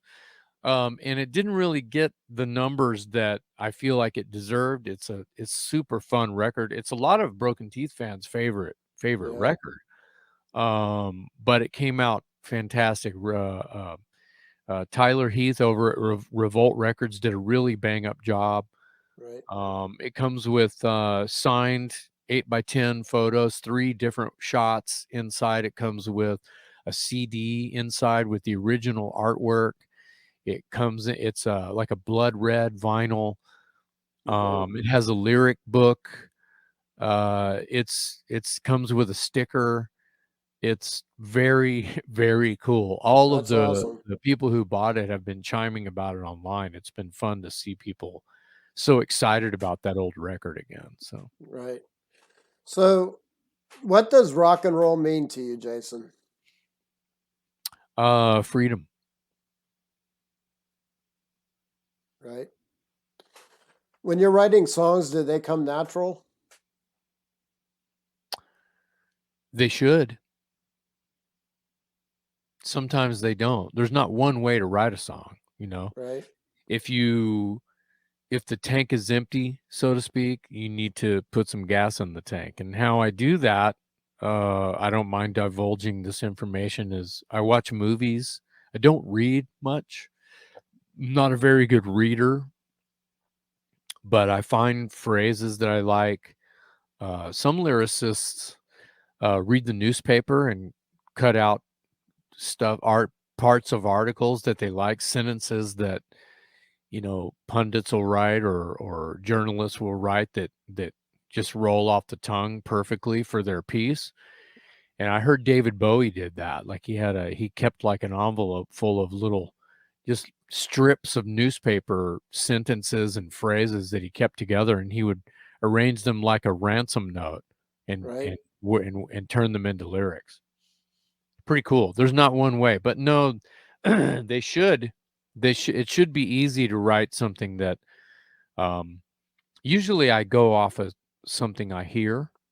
Right. Like if one of my guys sends me a guitar riff that has a metronome or a drum groove or something, um, not always it will, but it usually something will inspire me, and I'll hear something in my head or just start singing, the ABCs or, the phone book or whatever, I'll just make up dummy words until something hits. But Well, when you were talking about scared, you said that already in your head you were really into Alice Cooper at the time.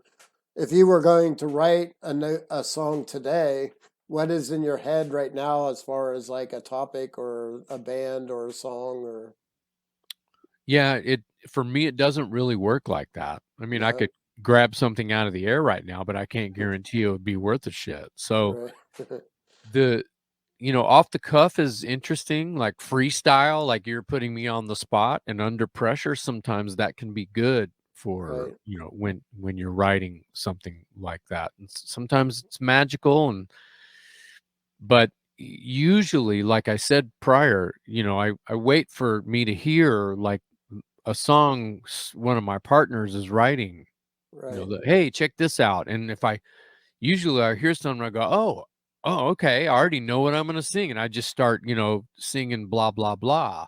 right, Uh, it's almost rare these days that I just uh, come up with a title or a lyric and start singing.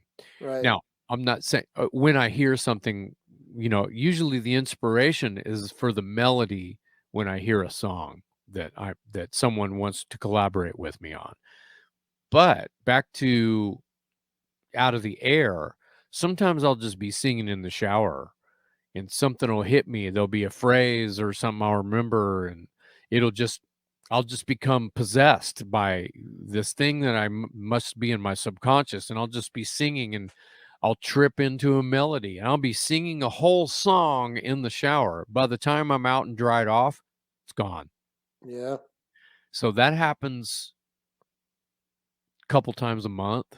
Doesn't uh-huh, happen fast enough for me to retain any, get any ideas down.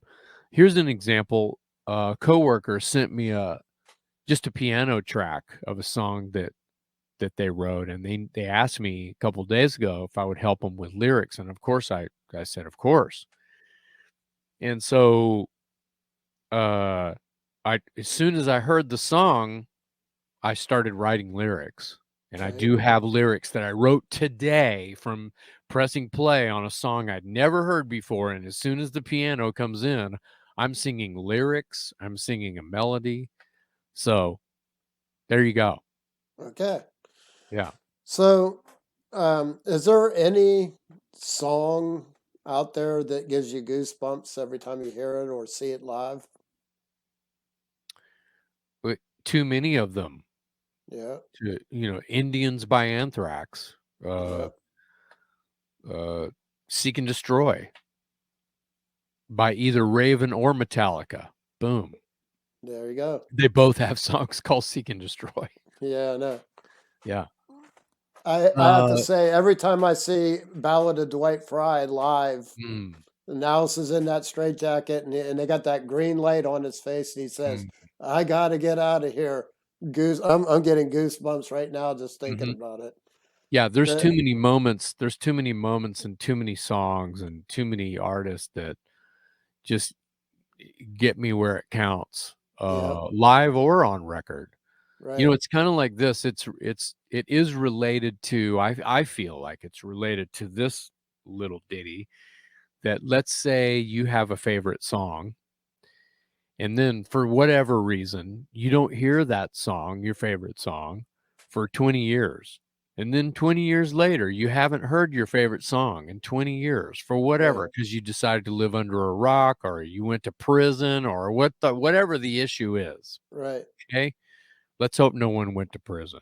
right. But the point that I'm making is once you hear that your favorite song from 20 years ago and you remember the words, the melody, you can sing along and you get the goosebumps again.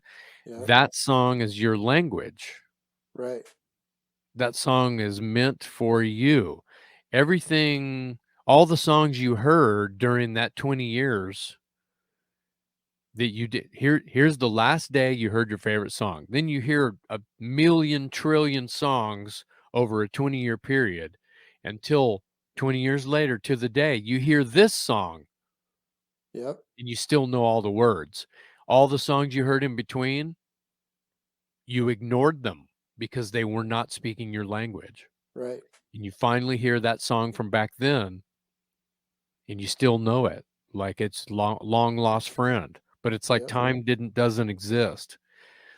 I always say songs that you love that get you are like meeting up with an old friend that you hadn't seen in years and you picked up right where you left off. It's like the last handful of years didn't even exist. You're picking up Exactly. the same conversation. So that's what they're like, old friends. It's timeless. So Um, do you, I'm going to tell you a quick story real quick, and then I need you to tell me a story about Lemmy and being on that tour. That would have been awesome, with Alice and Rob Halford and Judas Priest and Lemmy and Motorhead and Metal Church. But I have a quick story. I'll make it quick. So I was talking to Crazy Dan, my buddy, a long time ago. And I said, I'm going to this music convention and I know you would love it. Like he would really, really love it. And I said, I want you to go, but I need you to be professional. Like I need you to be, 100% professional. I'll give you a cassette tape, a recorder, and I'll give you a whole box full of blank tapes. You don't have to say nothing. All you have to do is carry it around and record anything and everything that goes on. And I said, but you'll love it. You'll have a great time. All the showcases and the bands and music and stuff. And he's like, well, okay. So we go to California. We go to this convention. And I'm walking around. I'm like, going, where the hell's Crazy Dan? So I walk into the bar because that's probably where Crazy Dan's going to be, and there he is sitting next to Lemmy at the bar. So he goes, "Hey, meet my new buddy, Lemmy." I was like, "I know Lemmy." He goes, "Yeah." He asked me for a light, and he goes, "I pulled out my cigarettes and my lighter, and I was going to give him a light, and they yelled at me because there's no smoking in the bar." And he said, so we had to go outside, and he's smoking with Lemmy. Comes back in, they sit at the bar, and they were giving him hell. They pointed up at the sign on the wall right above Lemmy's head that said "No smoking" in this facility. And Crazy Dan went and grabbed it and got Lemmy to sign it. And like to this day, like I don't think he even really realized that he was sitting there partying with Lemmy. And I just talked to him today, and I said, the next time I come out, I got to get a picture of that sign because yeah, he that's and amazing. Lemmy wrote on there, he says, well, fuck them anyway, and then he he signed it to Crazy Dan. But do you have any Lemmy stories? Well, there's probably a few.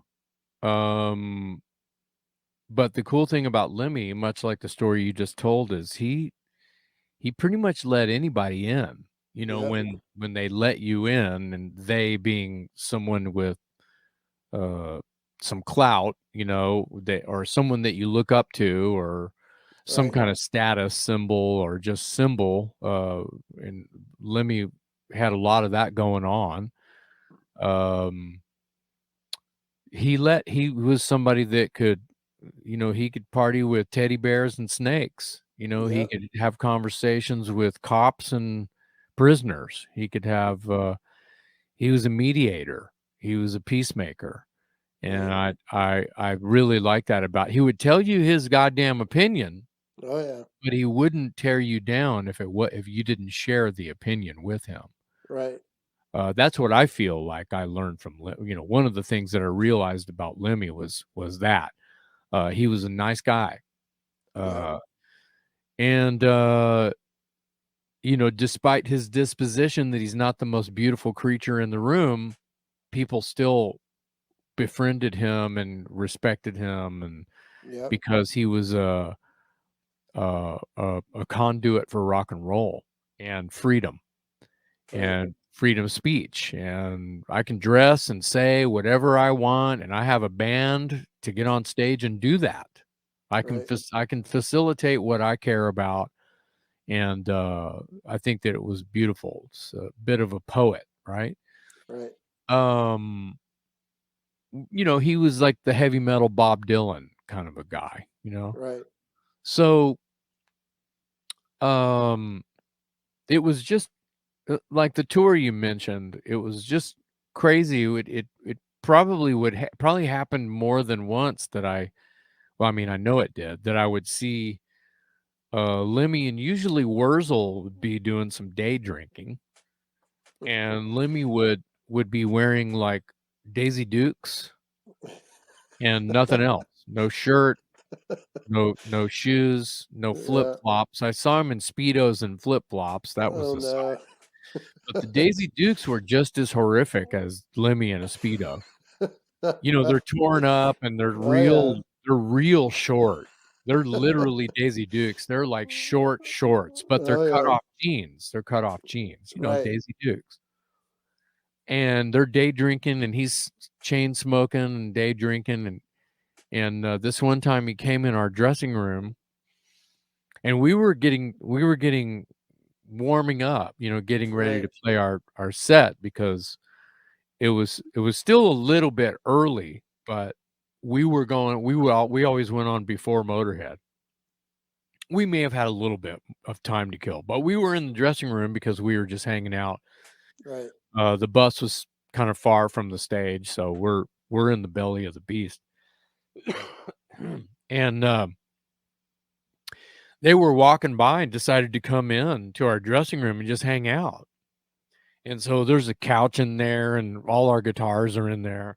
And Lemmy picks up one of Danny's Les Pauls and is just jamming on guitar, and sitting on the couch, smoking, drinking, having something. I'm sure it was probably Jack Daniels or Probably. Jameson or something. Yeah.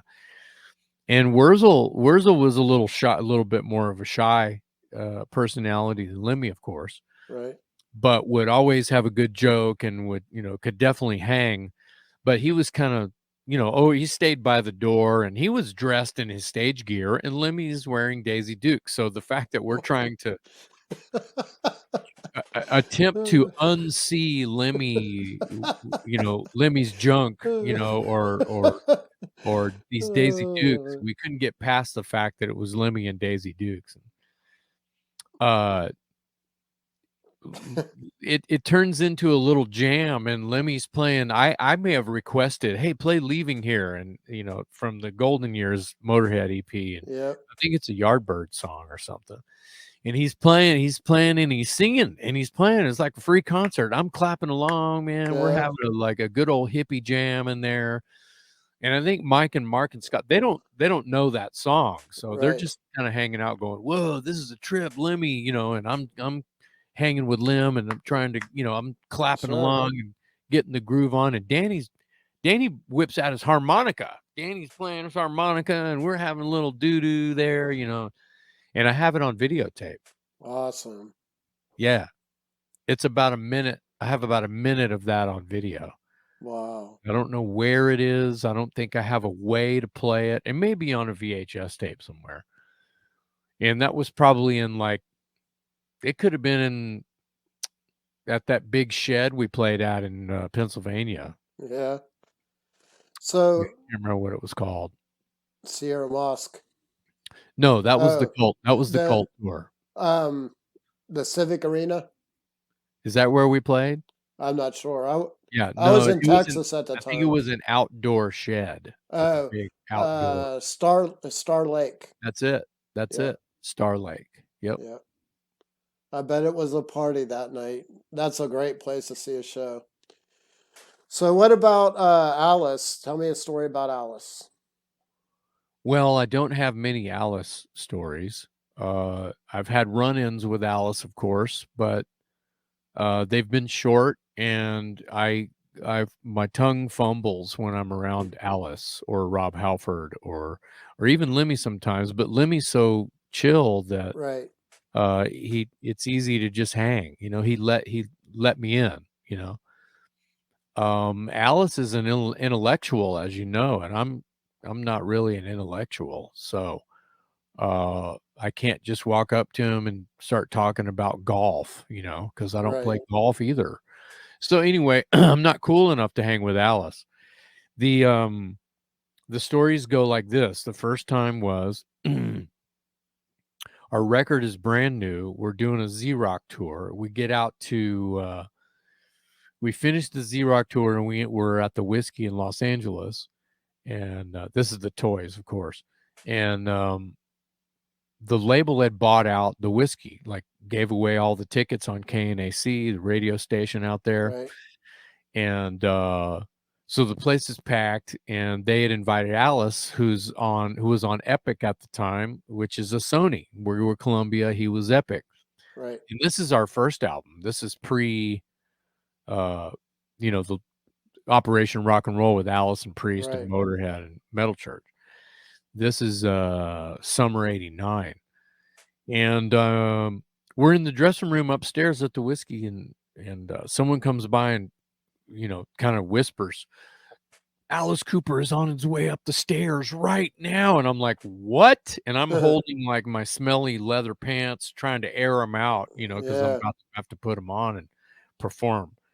And all of a sudden, Alice appears, and he's got his entourage with him and everything. And the label people are walking him around. He's, shaking hands and kissing babies, or should I say shaking babies and kissing hands. Yeah.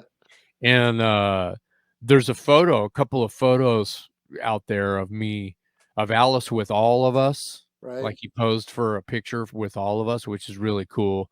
And then there's a candid shot where you can't see my leather pants, but I'm holding my pants, and it's a side shot. You don't even see my face. You just see my hair, and I'm face to face with Alice Cooper. And Wow. it's like so trippy.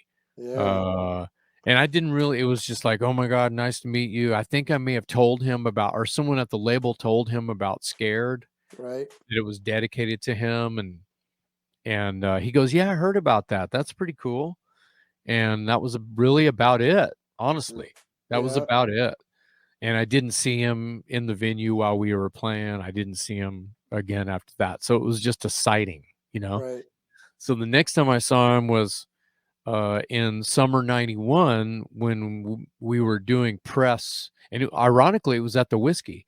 We were Right. doing press for the tour for Operation Rock and Roll, and it was Ricky Rackman and me and Mark from the Toys and Rob Halford and Alice Cooper all sitting in chairs on stage at the Whiskey, and the Right. press was down in the pit, like Right. in the audience, cameras everywhere, and it was a press pit, right? Right. We were all talking about the tour and our involvement in the tour and what's going on and what we are promoting and blah blah blah and all that.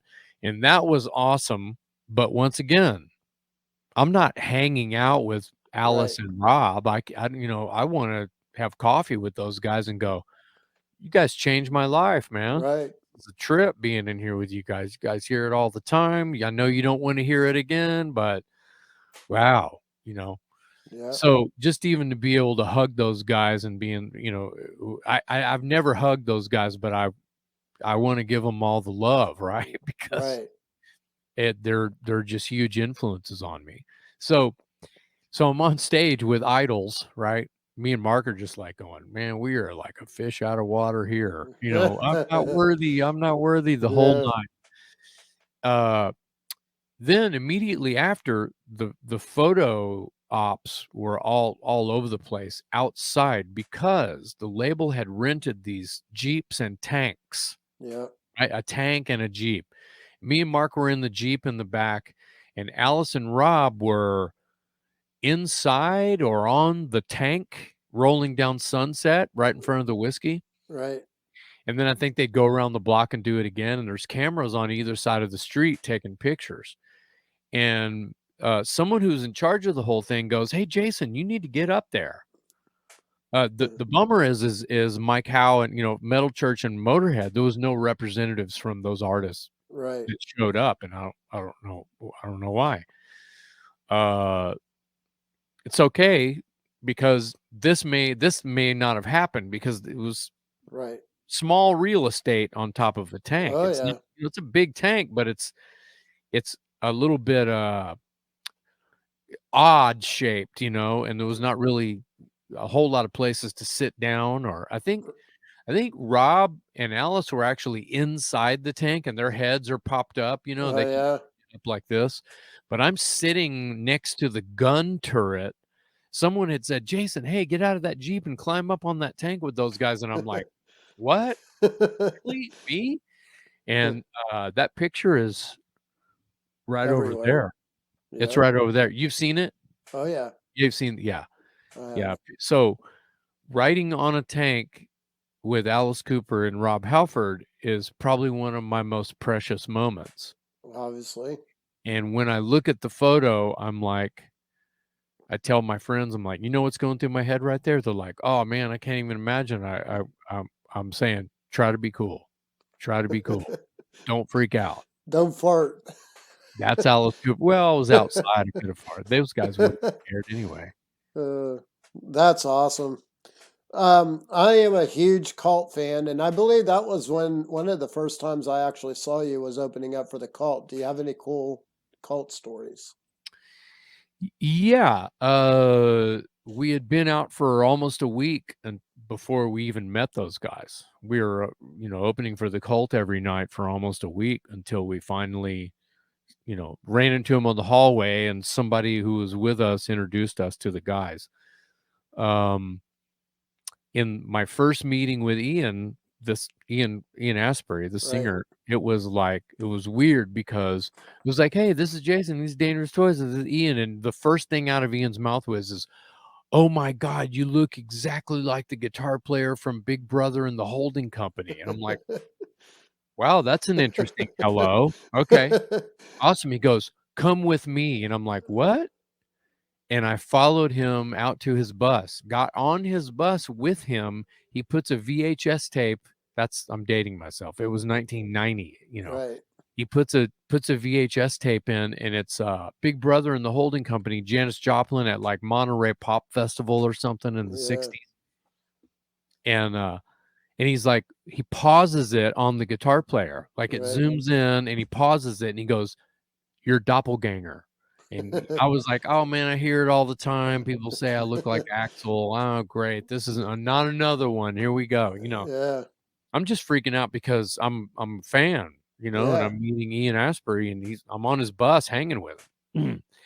And he's going, "Dude, you look exactly like that." Guy's name is James Gurley. Yeah. James Gurley played guitar for obviously Janis Joplin, and he was right. Guy looks it was a doppelganger. It's pretty weird. Yeah. Did So there's that was the Sonic Temple tour, wasn't it? that's correct. Yeah. Yeah. And he invited me after a while, after like mid-tour, he invited me to ride on his bus with him for a few nights and hang out with his entourage. He had a couple of people from England. He had like a valet, a bodyguard, right? Right. And what I think that it was, and I feel strongly about this, is he was trying to not drink, Right. and I don't drink, Right. and he learned that about me quick. So it was like, I think it was like, him hanging out with people who just have a beer in their hand all day long. He Right. needed to not be around those kind of people. Of course. So I think that I was sort of that, you know, that he liked that about me, that I was articulate and that I wasn't half drunk all the time. So Right. yeah, but they were really cool. Billy Duffy gave Danny a Les Paul. Like, here you go. I don't need this guitar. It's in the way. My guitar tech can't fix it. Here you go. There might have been something wrong with it, but Right. Danny Aaron got a free Les Paul, Yeah. and Ian Asbury gave me a pair of leather pants and some jewelry and shit. They were nice. Yeah. Yeah, Do we had a you good still time. keep in contact with them or no? No, No. no, they came through a year or 2 after we worked with them, and I Right. hung out with Ian. I took him to Waterloo Records and saw the show, and then, life gets in the way. Sure. Yeah. Um I see we're in the 2 hour mark, and it's like I still have a huge list of questions. Well, we can do part 2 sometime. We can. Before we do end this, I really, really wanted to do it, but I know you're not going to probably cooperate. But so I'm going to skip it for Well, it now. depends But on I'm what not. it is. You If it know what it is. Is Oh, it the you want me to singer or the you want me to sing song? you want me to I sing want. something? I want you to sing "Mary Had a Little Lamb" to make our little hearts Mary like a had little a hearts. little lamb, little lamb, little lamb. Mary had a little lamb, her fleece was white as snow. That a boy. I appreciate that. Mhm.